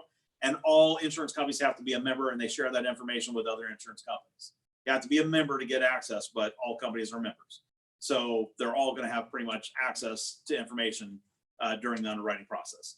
The Department of Motor Vehicles, yes, they can check your motor vehicle record when applying for life insurance. Because what if you got 2 or 3 DUIs? You could get declined for DUIs, just so you know. Now, if they were 10 years ago, 5 years ago, if they're in the last 3 years, good luck. It's going to be hard for you to get a life insurance policy. That's possible, I guess, but it becomes difficult. That is something that they will check. Physician or medical facility records. Look, if you don't want them accessing your medical records and you want life insurance, good luck. Do you think any life insurance company is going to insure you if they can't find out that you don't have cancer? No, they're not. So you're going to have to authorize them to check your medical information, but that's another source that they'll use. Medical testing, current physical, that's going to be blood and urine in many cases. In some cases, they may ask for a resting EKG, and other cases, they may ask for a treadmill EKG. I've only had one person have to do that on a treadmill, walking on a treadmill for half an hour. That was a long time ago, but anyway, so there are additional things they can ask for. Financial reports, I don't know that Primerica has ever done that. I'm not sure. I'm not aware of it. Personal interviews. I'm not going to get into the consumer reports and investigative consumer reports, but those are things you want to take a look at. And then the hazardous activity questionnaire. That's going to be for hazardous sports, occupations, hobbies, habits, stuff like that. So those are the things that the underwriter is going to use to determine your insurability and what rate you're going to get. Okay. Let's move on. Let's go to, so since I kind of condensed all that and that bit, let's go to page 43. The risk classifications, I'm going to go over this real quick as well. You have standard risk, preferred risk, and substandard risk. Standard risk is what average, ordinary, normal, semi-overweight people like me are going to get. Okay. Okay. Now, our standard tables for, by the way, standard tables for weight, it goes pretty high. I mean, it's in like the 200 plus range for guys. I mean, like up there, right? So you can be a larger person and still qualify for standard rates. So don't think that, oh man, I'm overweight. What's going to happen? Probably nothing. If you're you know, 400 pounds, that could be an issue. Okay.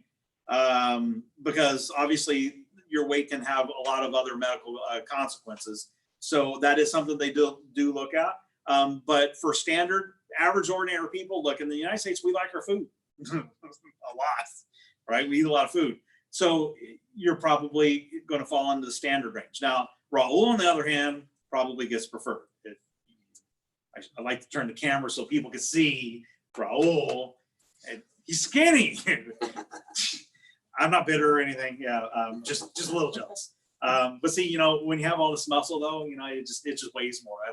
That's what it is. Anyway, so anyway, standard is the average person. They're going to get standard rates. Preferred is the next one. Preferred means you fall into a better classification that insurance companies are going to say, hey, look, you know what? Because, you know, now some of the things are you don't smoke, you don't ride a motorcycle. The height weight requirement is the one that gets most people because you can't be too skinny either, right? Because if you're too skinny, that's a different type of health risk. So if you fall in the height weight range, if your parents are still alive, or if they passed away and it wasn't due to cardiovascular illness or cancer, those are the two things they look at. There's like 10 different things that if you say no, then you can qualify for better rates because the company sees you as a better risk and they're going to give you a better rate. So you qualify for preferred rates. Preferred pays the lowest rates, okay? And then the last one is substandard. Now, substandard doesn't mean you're dying. It just means that you are you have certain conditions that are a higher risk for the insurance company. Maybe you do have some high blood pressure issues. On top of that, maybe you might be pre-diabetic. On top of that, maybe, you know, you've got other medical. So if you've got 3 or 4 little things that add up, they may say, you know what? Yeah, we're going to insure you, but we're going to remember adverse selection. What can they do? They can rate your policy. That means you're going to pay a higher rate than the average person would. So that's standard, preferred, and substandard. Substandard will pay the highest rates. Preferred pays the lowest rates. Okay, everybody got that? And then, of course, declined. Declined means you didn't get coverage at all. So what rates do you pay? None. It's free. Yeah, because you don't get anything. So I don't know why they say declined risks because you didn't get a policy. But they can decline you as well. All right, so now let's move on. I'm going to skip over to page 46, and we are at 130. So I think I'm kind of tracking all right. So anyway, methods for delivery. So when you get a policy, you got to understand there are certain things, certain acceptable means to deliver policy. And I'm going to tell you the best, absolute best way to deliver a policy is in person. Okay. You don't ever want to drop a policy off in the mail. That's a bad idea. Okay. You want to deliver policies in person every time if possible.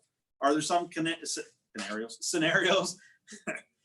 Are there some scenarios where maybe you're going to be in a situation where you got to mail it? Maybe. I can't remember the last time I don't know if I've ever mailed a policy, quite honestly. I don't think I've ever mailed a policy. Okay. So not that you may not run across it, but look, you need to personally deliver because you want to explain the contract, right? You don't want your client to be like everyone else's clients who never read their policy. You want to show them in our policy where it says, if you die, we pay a lump sum death benefit. You want to read their policy where at the end of the term, you can convert it to, you can renew it to another length of period of time. Our policies are renewable, not convertible. Okay. Convertible means you convert it from term over to whole life. We don't convert the whole life on our policies. There are some term policies that are convertible, meaning you can switch from term to whole life. We'll get into that right now. But anyway, our policies are renewable, which means you can renew the term at the end of the term, no matter your medical situation. Even if you're on your deathbed, that's what renewable means. You can renew it. Okay, so anyway, but when you deliver policy, it says the following are acceptable methods. Personal delivery with a signed, dated, written receipt of delivery. Now, why do they say that? Signed, dated, written receipt of delivery. Because that's going to determine when your 10-day free look period begins, right? We talked about that. Because if you decide you don't want it, how many days do you have to return it and get your money back? You got 10 days. If you're over 60, then you get a 30-day free look period. But if you are under 60, you get a 10-day. Look, if you don't want it within 10 days, return it, get your money back. But how do they know when your free look period begins? Signed receipt that says, I got it. The next one, registered certified mail. What does certified mail require? It requires a signature, right? They know you got it. The next one, first class mail. Can you just drop it in the mail? That's a bad idea. Can you? Yes. So what happens is you have to then have them sign the delivery receipt and get it back to you. Well, what if they never do that? Well, then the company doesn't really know that they got it in the mail. Has mail ever been lost? Right? You ever hear about those mailmen that decided they didn't want to deliver the mail for the day and just stuck it in some, shed? You don't want that to be your client, right? So, if they still require a signed dated receipt of delivery, and then any other reasonable means as determined by the commissioner. But basically, they have to have some proof.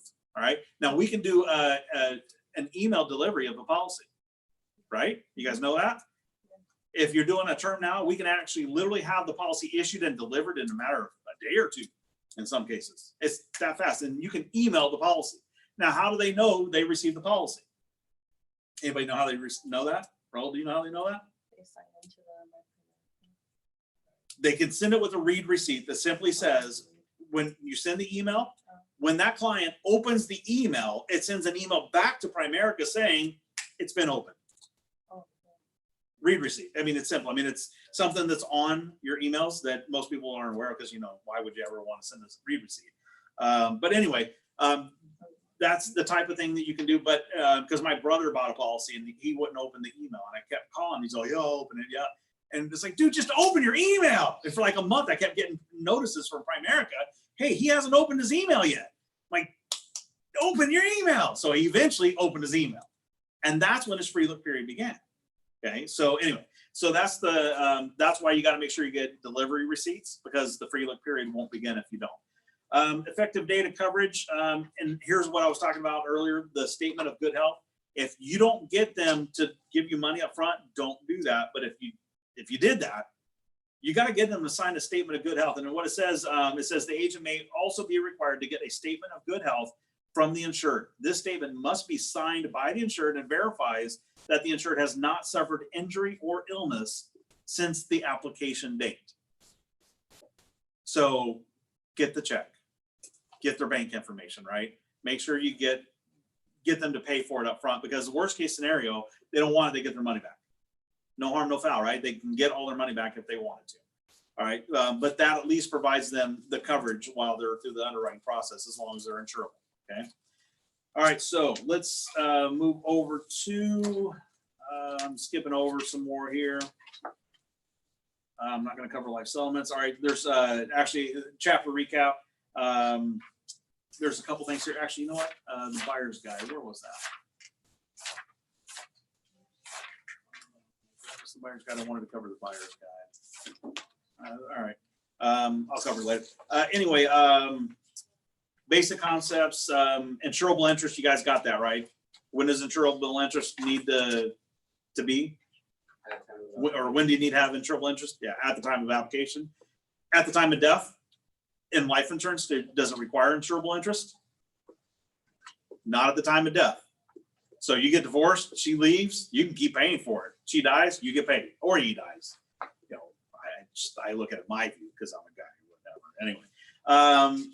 Buyer's guide, just so you guys know, a buyer's guide is given to you before you buy the policy. That kind of makes sense, right? What is a buyer's guide meant to help you do? Figure out what it is you're buying. That's why you would use a buyer's guide. So a buyer's guide is given to you before you buy the policy. But now if you have a free look period, it says you can actually get it with your policy, which is kind of silly though, right? You've already made a decision, you already bought something, and then they issue the policy, you get it delivered, and now you got this buyer's guide that you read through. It's like, well, what if you decide you didn't want that policy? Well, now you got to cancel it and start all over again. It's kind of weird, but you can get a buyer's guide with the policy. Now, our job as agents, though, is to explain our clients the different types of policies so that they understand what is in their best interest. And again, that's what you're going to learn here at Primerica, what is in the client's best interest. So that's a buyer's guide. It's used to help you determine what it is that you should buy for your family. And it's supposed to be basic, generic information. A buyer's guide isn't supposed to pitch whole life over a term, or term over universal, or universal over variable. It's just supposed to give you basic facts and information about the different types so you can make an informed decision. So Anyway, let's go ahead and skip on because I want to make sure I get through as much as I can. So let's go. We're going to skip the questions and we're going over to page 60. So now we're going to talk about some of the different types of life insurance. This is my favorite section to teach, and normally I wouldn't be teaching this until Sunday morning on the first weekend. So, so we've gone through a lot of information. Term life insurance. It says term insurance is temporary protection. It's temporary. It means it's not till you're age 100. Okay, because that's permanent life insurance. So we're going to talk about whole life and the other stuff. They talk about age 100 a lot. Some of them will take you to age 100. Some of them might take you to age 100. It depends. But term life is not designed to take you for the rest of your life. But now the question I normally ask people is, how long do you need life insurance for? What do you think most people are going to say?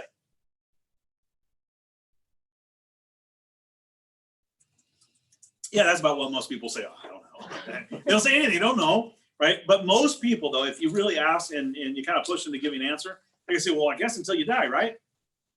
Does that make sense for people to say, well, until you die, right?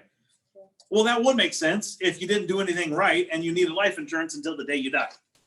But the reality is if you start saving money, see what we talk about here, what I think most financial experts should talk about is what we believe in is the theory of decreasing responsibility. When you are young, you've got a family, you've got a mortgage, maybe some credit card debt, car payments, and not a whole lot of cash, right? So you got a lot of financial responsibility, not a lot of money to take care of it, right? So do you need a lot of life insurance when you're young? Yeah, if you got a family, yeah, and you got people that are dependent upon you and your income, you need a lot of life insurance. However, again, like I mentioned earlier, if 30 years from now, you still owe the same amount on your home, that's a bad idea. If you haven't saved any money, that's a bad idea. If you've got 3 new kids, good for you, okay? I mean, that's not what we teach, though. Our job is to teach you, hey, look, start your 401k, start your Roth IRA, start investing for your retirement so that you have money at retirement and you don't need a bunch of life insurance, okay? Your kids are going to grow up and move out of their homes and have their own families and then take care of their own finances, okay? Your house should get paid off or at least paid down to next to nothing. You shouldn't have debt by the time you retire. You should have a plan to eliminate your debt. We help people have a plan to eliminate debt. So if you're a Primerica client, hopefully by the time you're 60, 65 years old and you've been our client for 25, 30 years, you shouldn't need a whole lot of life insurance or none at all, okay? I mean, I just talked to one of my clients and he and his wife were both teachers, and about 20 years ago, I sold him a policy, and guess what? His policy's up for renewal. And he's like, yeah, you know, I mean, I got my pension and, you know, we got other money that we've been saving, and I got my TSA and she's got hers, and, you know, we don't owe much on the house, and our daughter's an adult, and do I really need to renew this? I'm like, listen, Mike, look, if you die today, is Kathy okay? Yeah. If she dies, are you okay? Yeah. Guess what? He doesn't have much of a need for life insurance anymore, right? Because they have enough money to take care of everything. So if you can eliminate that expense, then that's a good thing, okay? So we aren't in the job of selling people life insurance so that 20 years from now we can sell more life insurance. It's not what our whole concept is, you know, with us is buy term, invest the difference, right? Buy term insurance, save money on the high cost cash value stuff, and invest it so you eventually don't need the insurance. That's the point. That's the point of what we do. So anyway, term insurance, but get this, term insurance is temporary protection because it only provides coverage for a specific amount of time, specific period of time. It is also known as pure life insurance because it's only insurance. That's all it is, just insurance, pure insurance. If you go to the next sentence, it says term policies provide for the greatest amount of coverage for the lowest premiums. Okay, sure. It's on page 60, sorry. 60. Yep. So term provides for the greatest amount of coverage for the lowest premium as compared to what? As compared to any other form of protection. That's what term insurance does. It provides the lowest cost for the most coverage. Now, I don't know about you guys, but to me, that sounds like common sense. Pay the least, the lowest premiums for the most coverage. What's the opposite of that? Pay the most and get the least? Who wants to sign up for that one? Nobody, right? So I don't know about most people, but to me, term insurance makes a lot of sense. Now, my job is to explain to you guys how do the different types of insurance work, what's the good, what's the bad. Okay, so I'm going to talk to you about the good and bad. Term insurance at the end of the term, some term policies end. At the end of the term, you do not renew, you do not convert. If they don't have those provisions, the policy at the end of the term is done. If you're going to get life insurance, if you still need it because your agent didn't talk to you about investing, okay, because we talk to our clients about investing. If you don't talk to your client about investing money and having money so you don't need life insurance forever, they may need life insurance forever. Look, even some of my clients need life insurance forever because they don't listen to me, right? Do all your clients listen to you? No, not everybody even becomes a client. So not everybody listens to you at all. So the reality is if you need it at the end of the term, some term policies expire. And if you need life insurance still, you need to qualify for it all over again. And now you're 15, 20 years older. What happens to the cost of insurance as you get older? The older you get, the more expensive it is. So guess what? Now it's going to cost you more. Okay. And you better be insurable.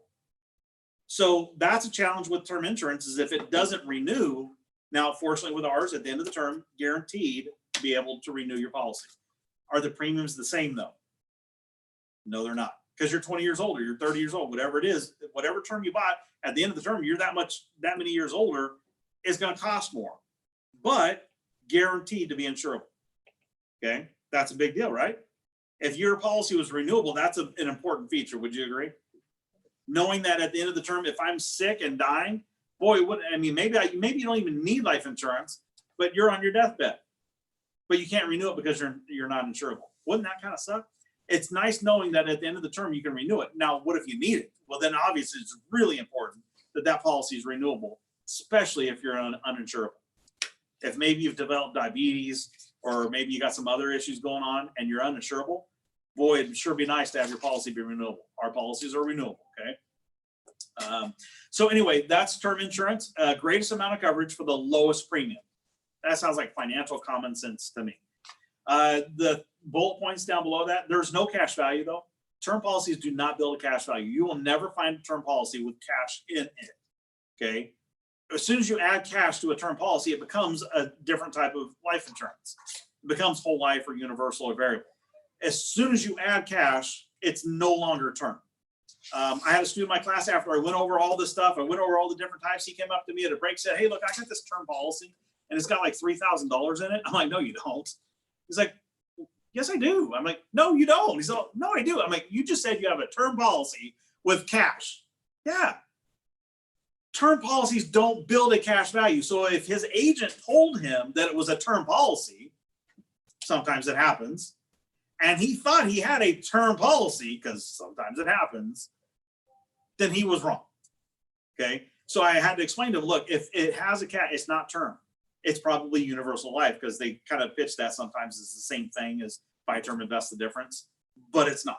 Okay. So anyway, term policies never build up cash value. Never, never, ever, ever, ever will a term policy build cash value. Never. Okay. Doesn't do it.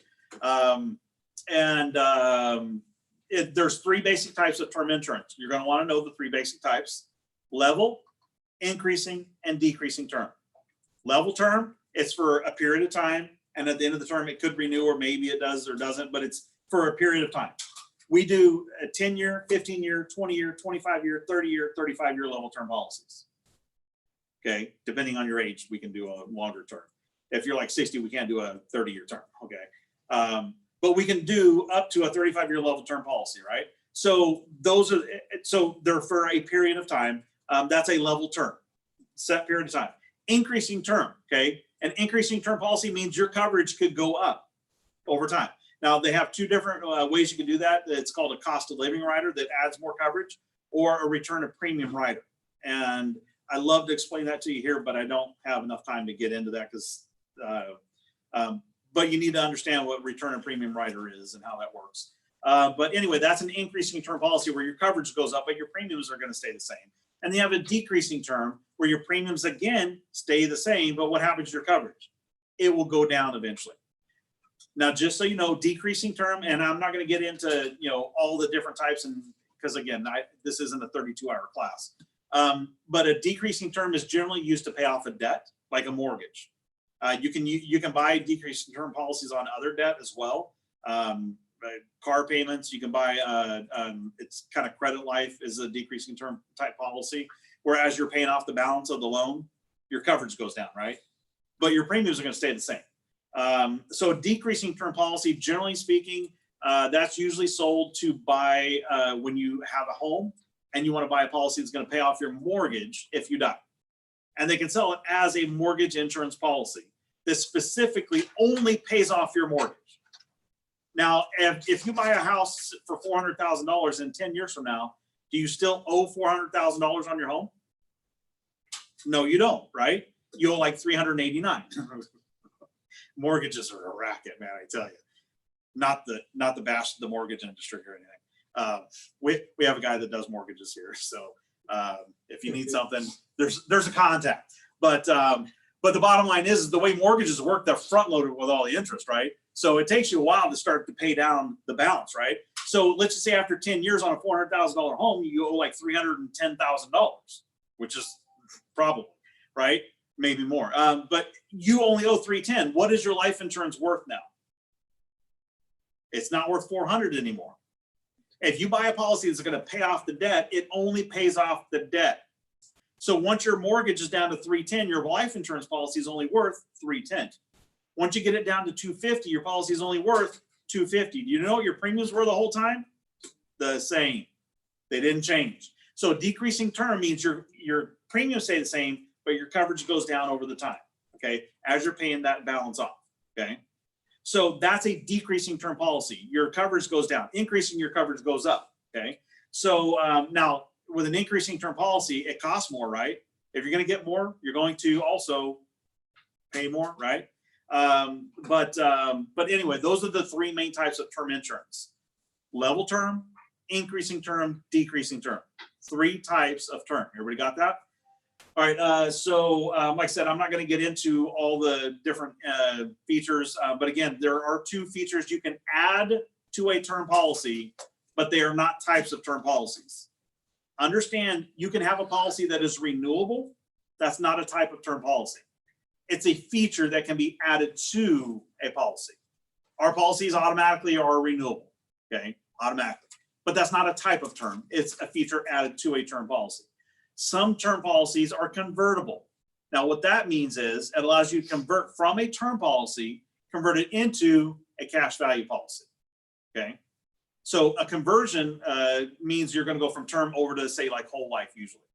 Okay, now we get to page 63 and we're going to talk about whole life insurance. All right, it says permanent life insurance is a general term used to refer to various forms of life insurance policies that build cash value and remain in effect for the entire life of the insured or until age, what does that say?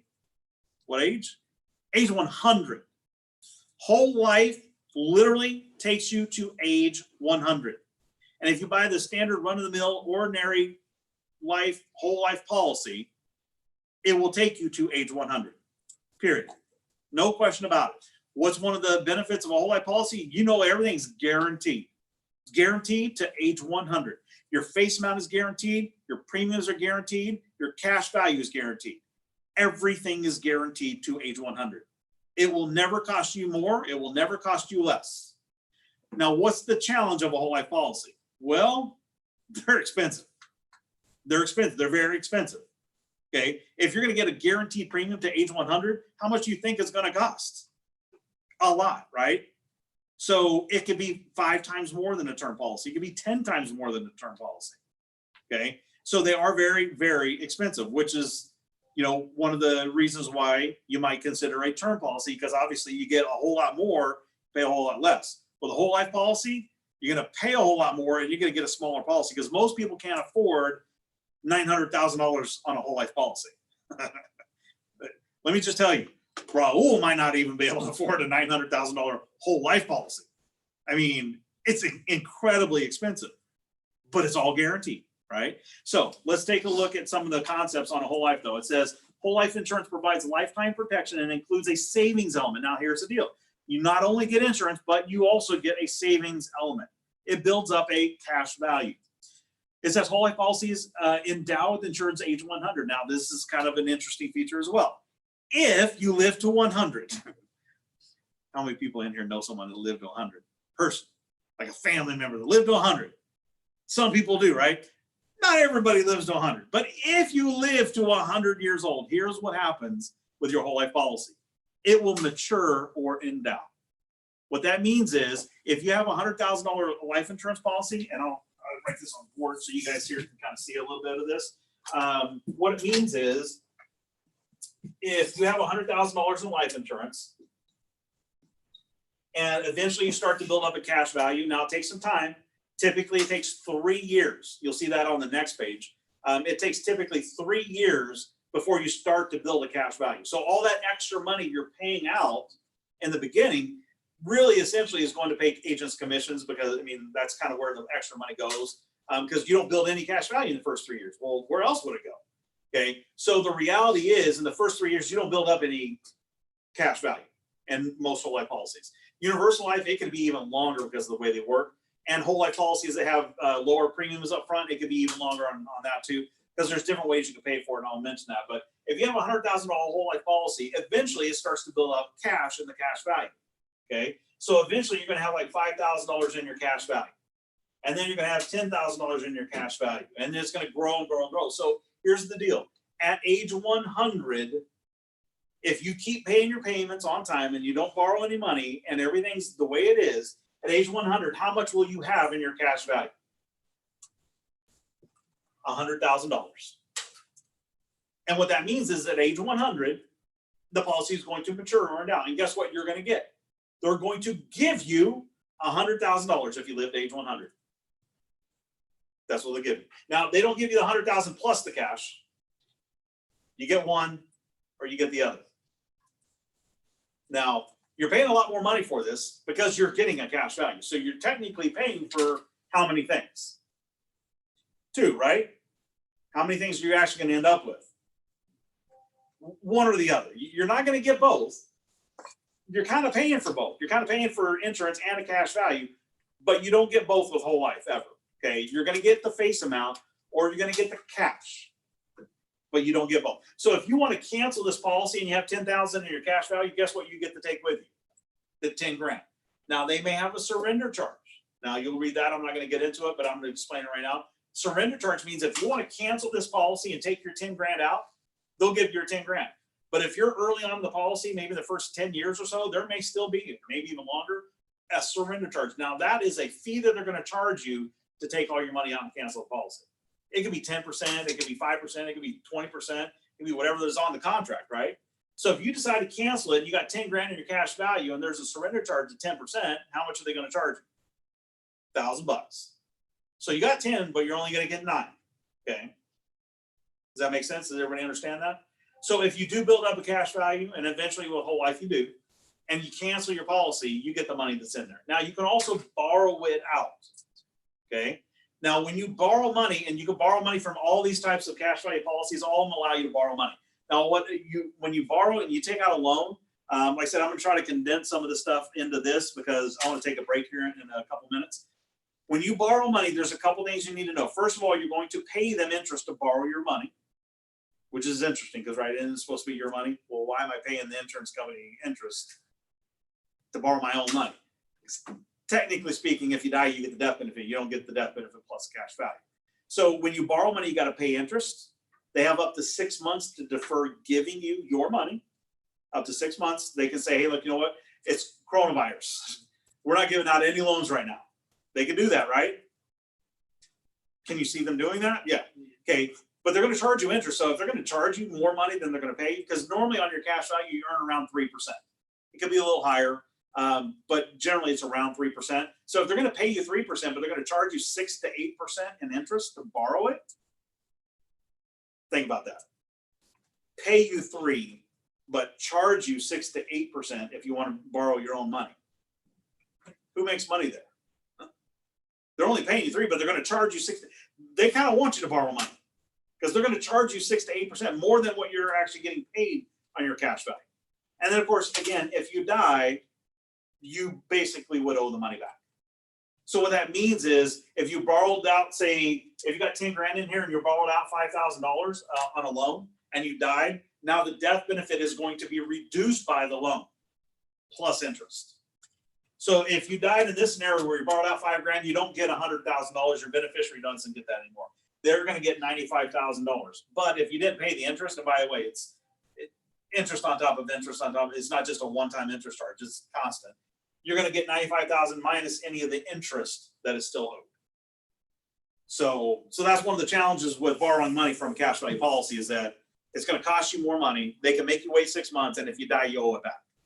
Okay, so that's kind of how whole life works. But again, it says, let me read that again. With whole life policies, they will endow the insured's age 100, which means that the cash value created by the accumulation of the premium, the cash value created by the accumulation of the premium as the cash value grows, it will equal the face amount at age 100. So again, it's scheduled to equal the face amount of the policy at age 100, and the policy matures or endows. Now, make sure you understand the difference. It doesn't cancel or expire. Cancel means it just stops and you don't get anything, right? If you cancel your cable after 10 years, do you get any money back? That's canceling your cable bill, right? If your policy at age 100 matures or endows, it gives you $100,000. That's not canceling. You got everything back. You got $100,000, right? So it matures. It gives you the money. So if we take a look, it says premiums for whole life policies usually are higher than for term insurance. Now, I don't quite understand that because if you remember what we just read on term insurance, it says term insurance is the least expensive form of insurance compared to all other forms of insurance. Didn't we read that? Yeah, we read that on page 60. It's the least expensive form of insurance is term insurance. But then here it says usually. Well, the reason they say that is because there's different types of payments for whole life. And if you have a modified policy, then you can actually have a policy that runs premiums that are similar to term initially, but eventually you're going to pay even higher than normal premiums on whole life. So I'll kind of briefly go through that too. So let's take a look at the benefits of whole life. The bullet points there, level premiums. It says the premiums remain the same throughout the life of the policy. They do not change. Premiums stay the same. They're guaranteed. Death benefit, guaranteed, does not change, will not fluctuate, doesn't go up or down, guaranteed. And then the cash value. On page 64, it says cash value created by the accumulation premium scheduled to equal the face amount of the policy when the insured reaches age 100, the policy maturity date, and is paid out to the policy owner. And then it has living benefits. Now, this is talking about the cash value. Okay. It says the living benefits. The policy owner can borrow against the cash value while the policy is in effect, or can receive the cash value when the policy is surrendered. So remember, again, if you surrender it and you want to take the cash, there might be a surrender fee, a surrender charge. It says the cash value, also called non-forfeiture value, does not usually accumulate until the third policy year. So you're going to pay more than term insurance for 3 years before you have any cash value. Now, does that make any sense? Why would I pay sometimes 5 to 10 times as much for something? And if I die in those first 3 years, what did you get back in return? The same thing.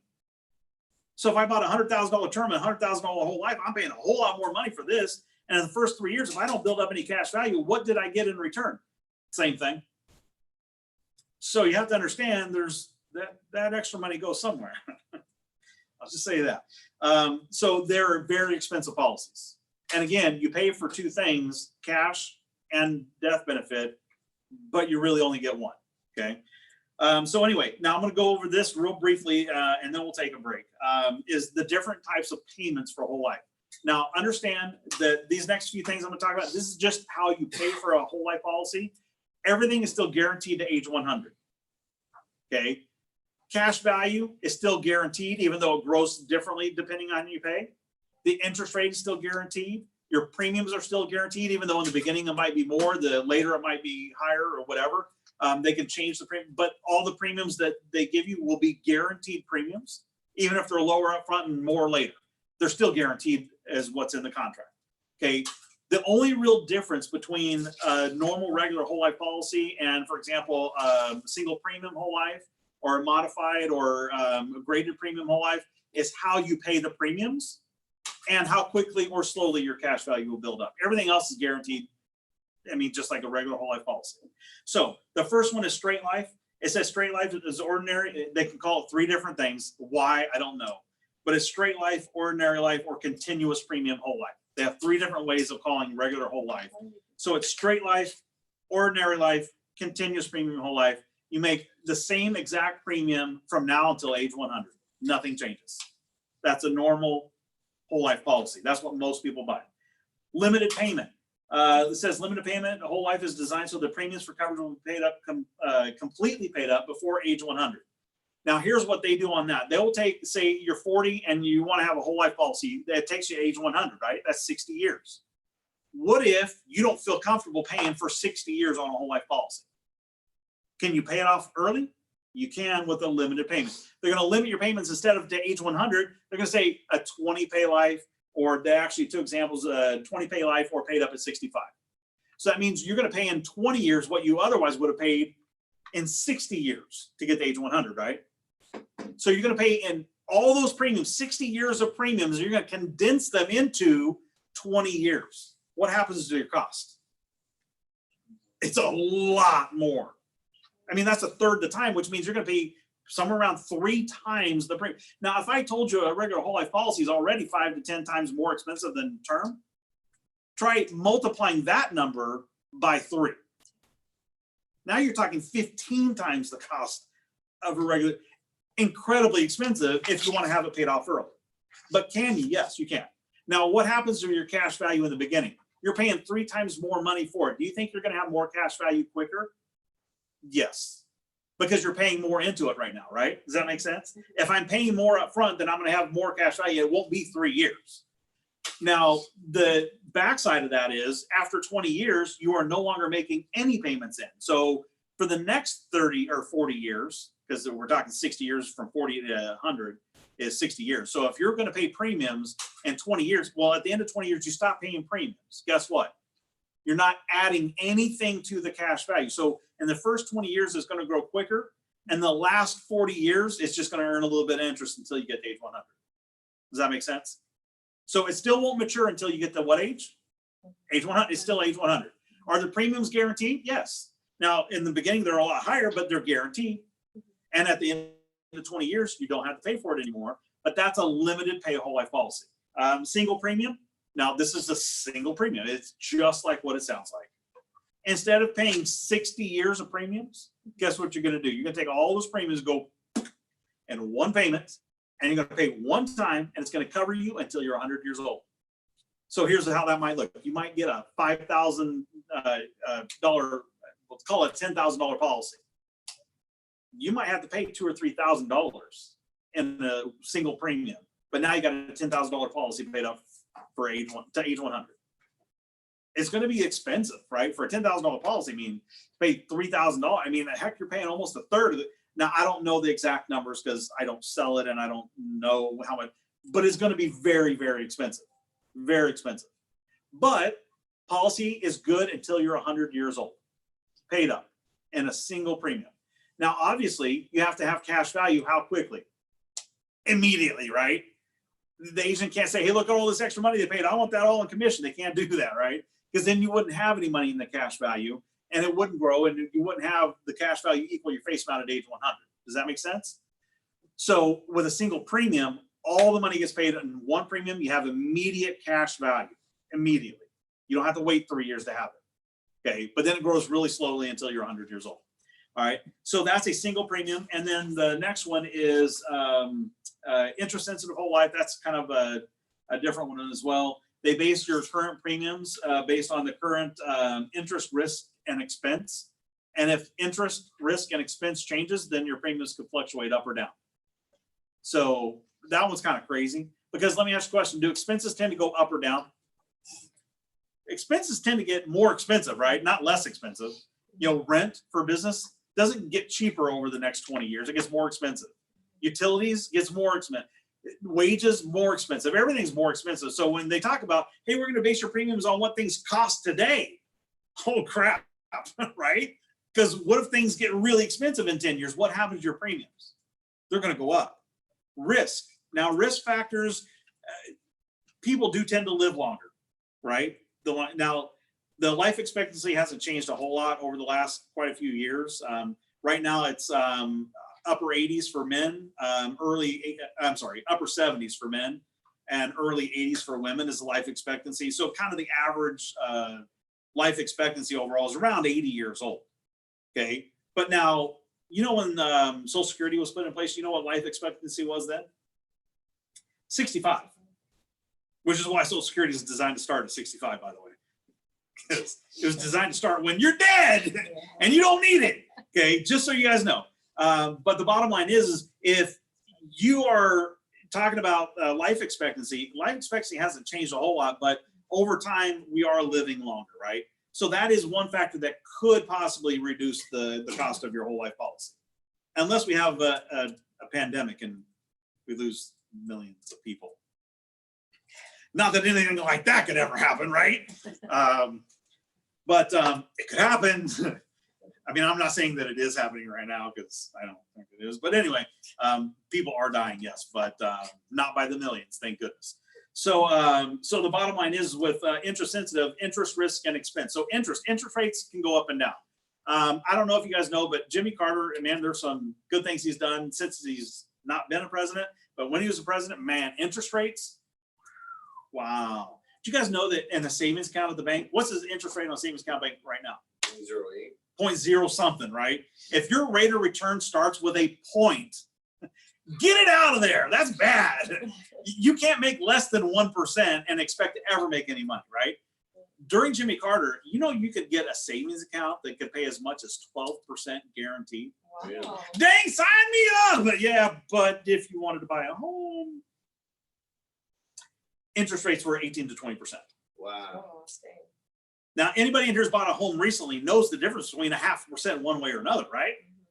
If your interest rate on your home mortgage is 0.5% more, that could be $100, $200 more a month, right? Try adding 15 to 20% to that, because right interest rates are like 2.5%, 3.5%. It's crazy, right? Imagine 18%. Who could afford to buy a home? Who could afford to buy a car? So yeah, savings account, if you had money, was great. But if you needed to buy a home or a car, man, you can afford it. So where are interest rates now? Point something?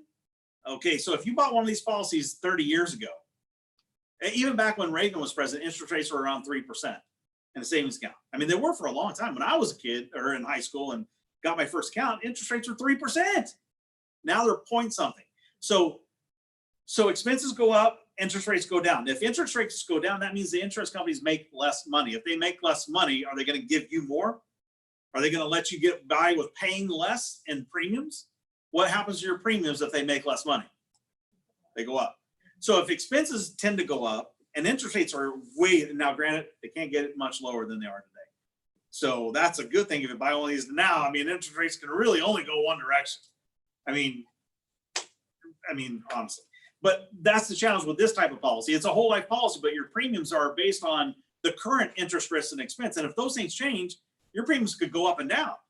Well, most people like the feeling of having a premium that's going to stay the same. Wouldn't you agree? They don't like, I mean, anybody like seeing your utility rates going up all the time? No. Gas? No. Nobody likes to see things go up. And it's okay if they go down, but I mean, it'd just be nice if they just stayed the same. And that's one of the things that people like. So anyway, modified and graded premium whole life. A modified whole life is basically, it's a type of whole life policy that for the first 3 to 5 years, it starts off like a term policy, the premiums. Now, if it starts off like a term policy, do term policies build cash value? No, they don't. So if a modified premium whole life policy starts off like a term policy, will you build any cash value in the first 3 to 5 years? No, you won't. And then here's what happens. At the end of the 3 to 5 years on a modified, it jumps just like that. It just 3 to 5 years is level, and then it just pops right up to a higher premium.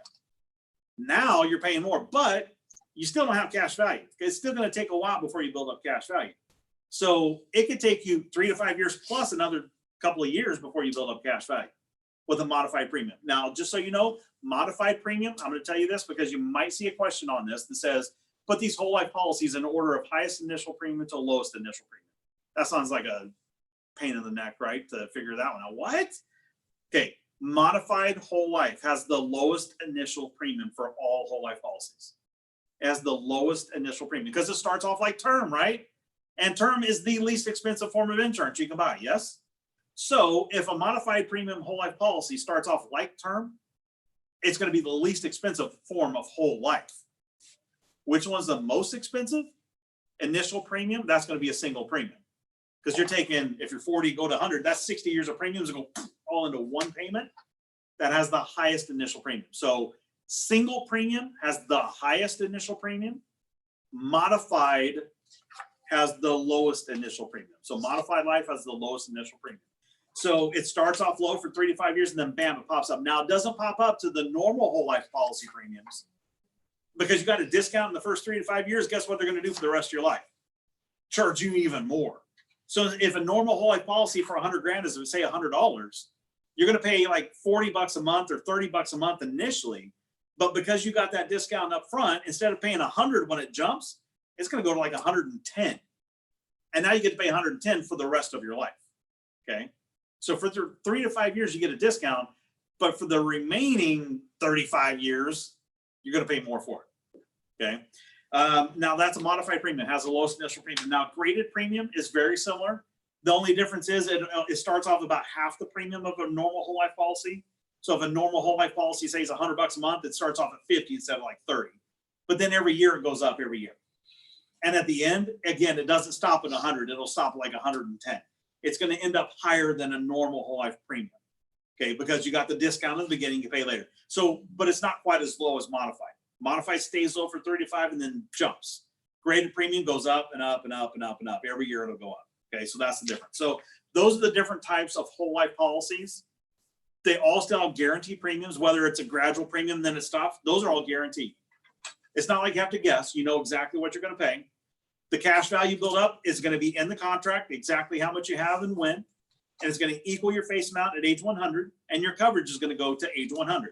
Everything's guaranteed.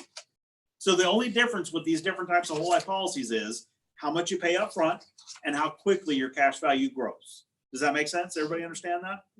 Okay. If you got questions, I mean, this is really supposed to be kind of a coaching session. I kind of turned it into a class. So if you have questions, please ask.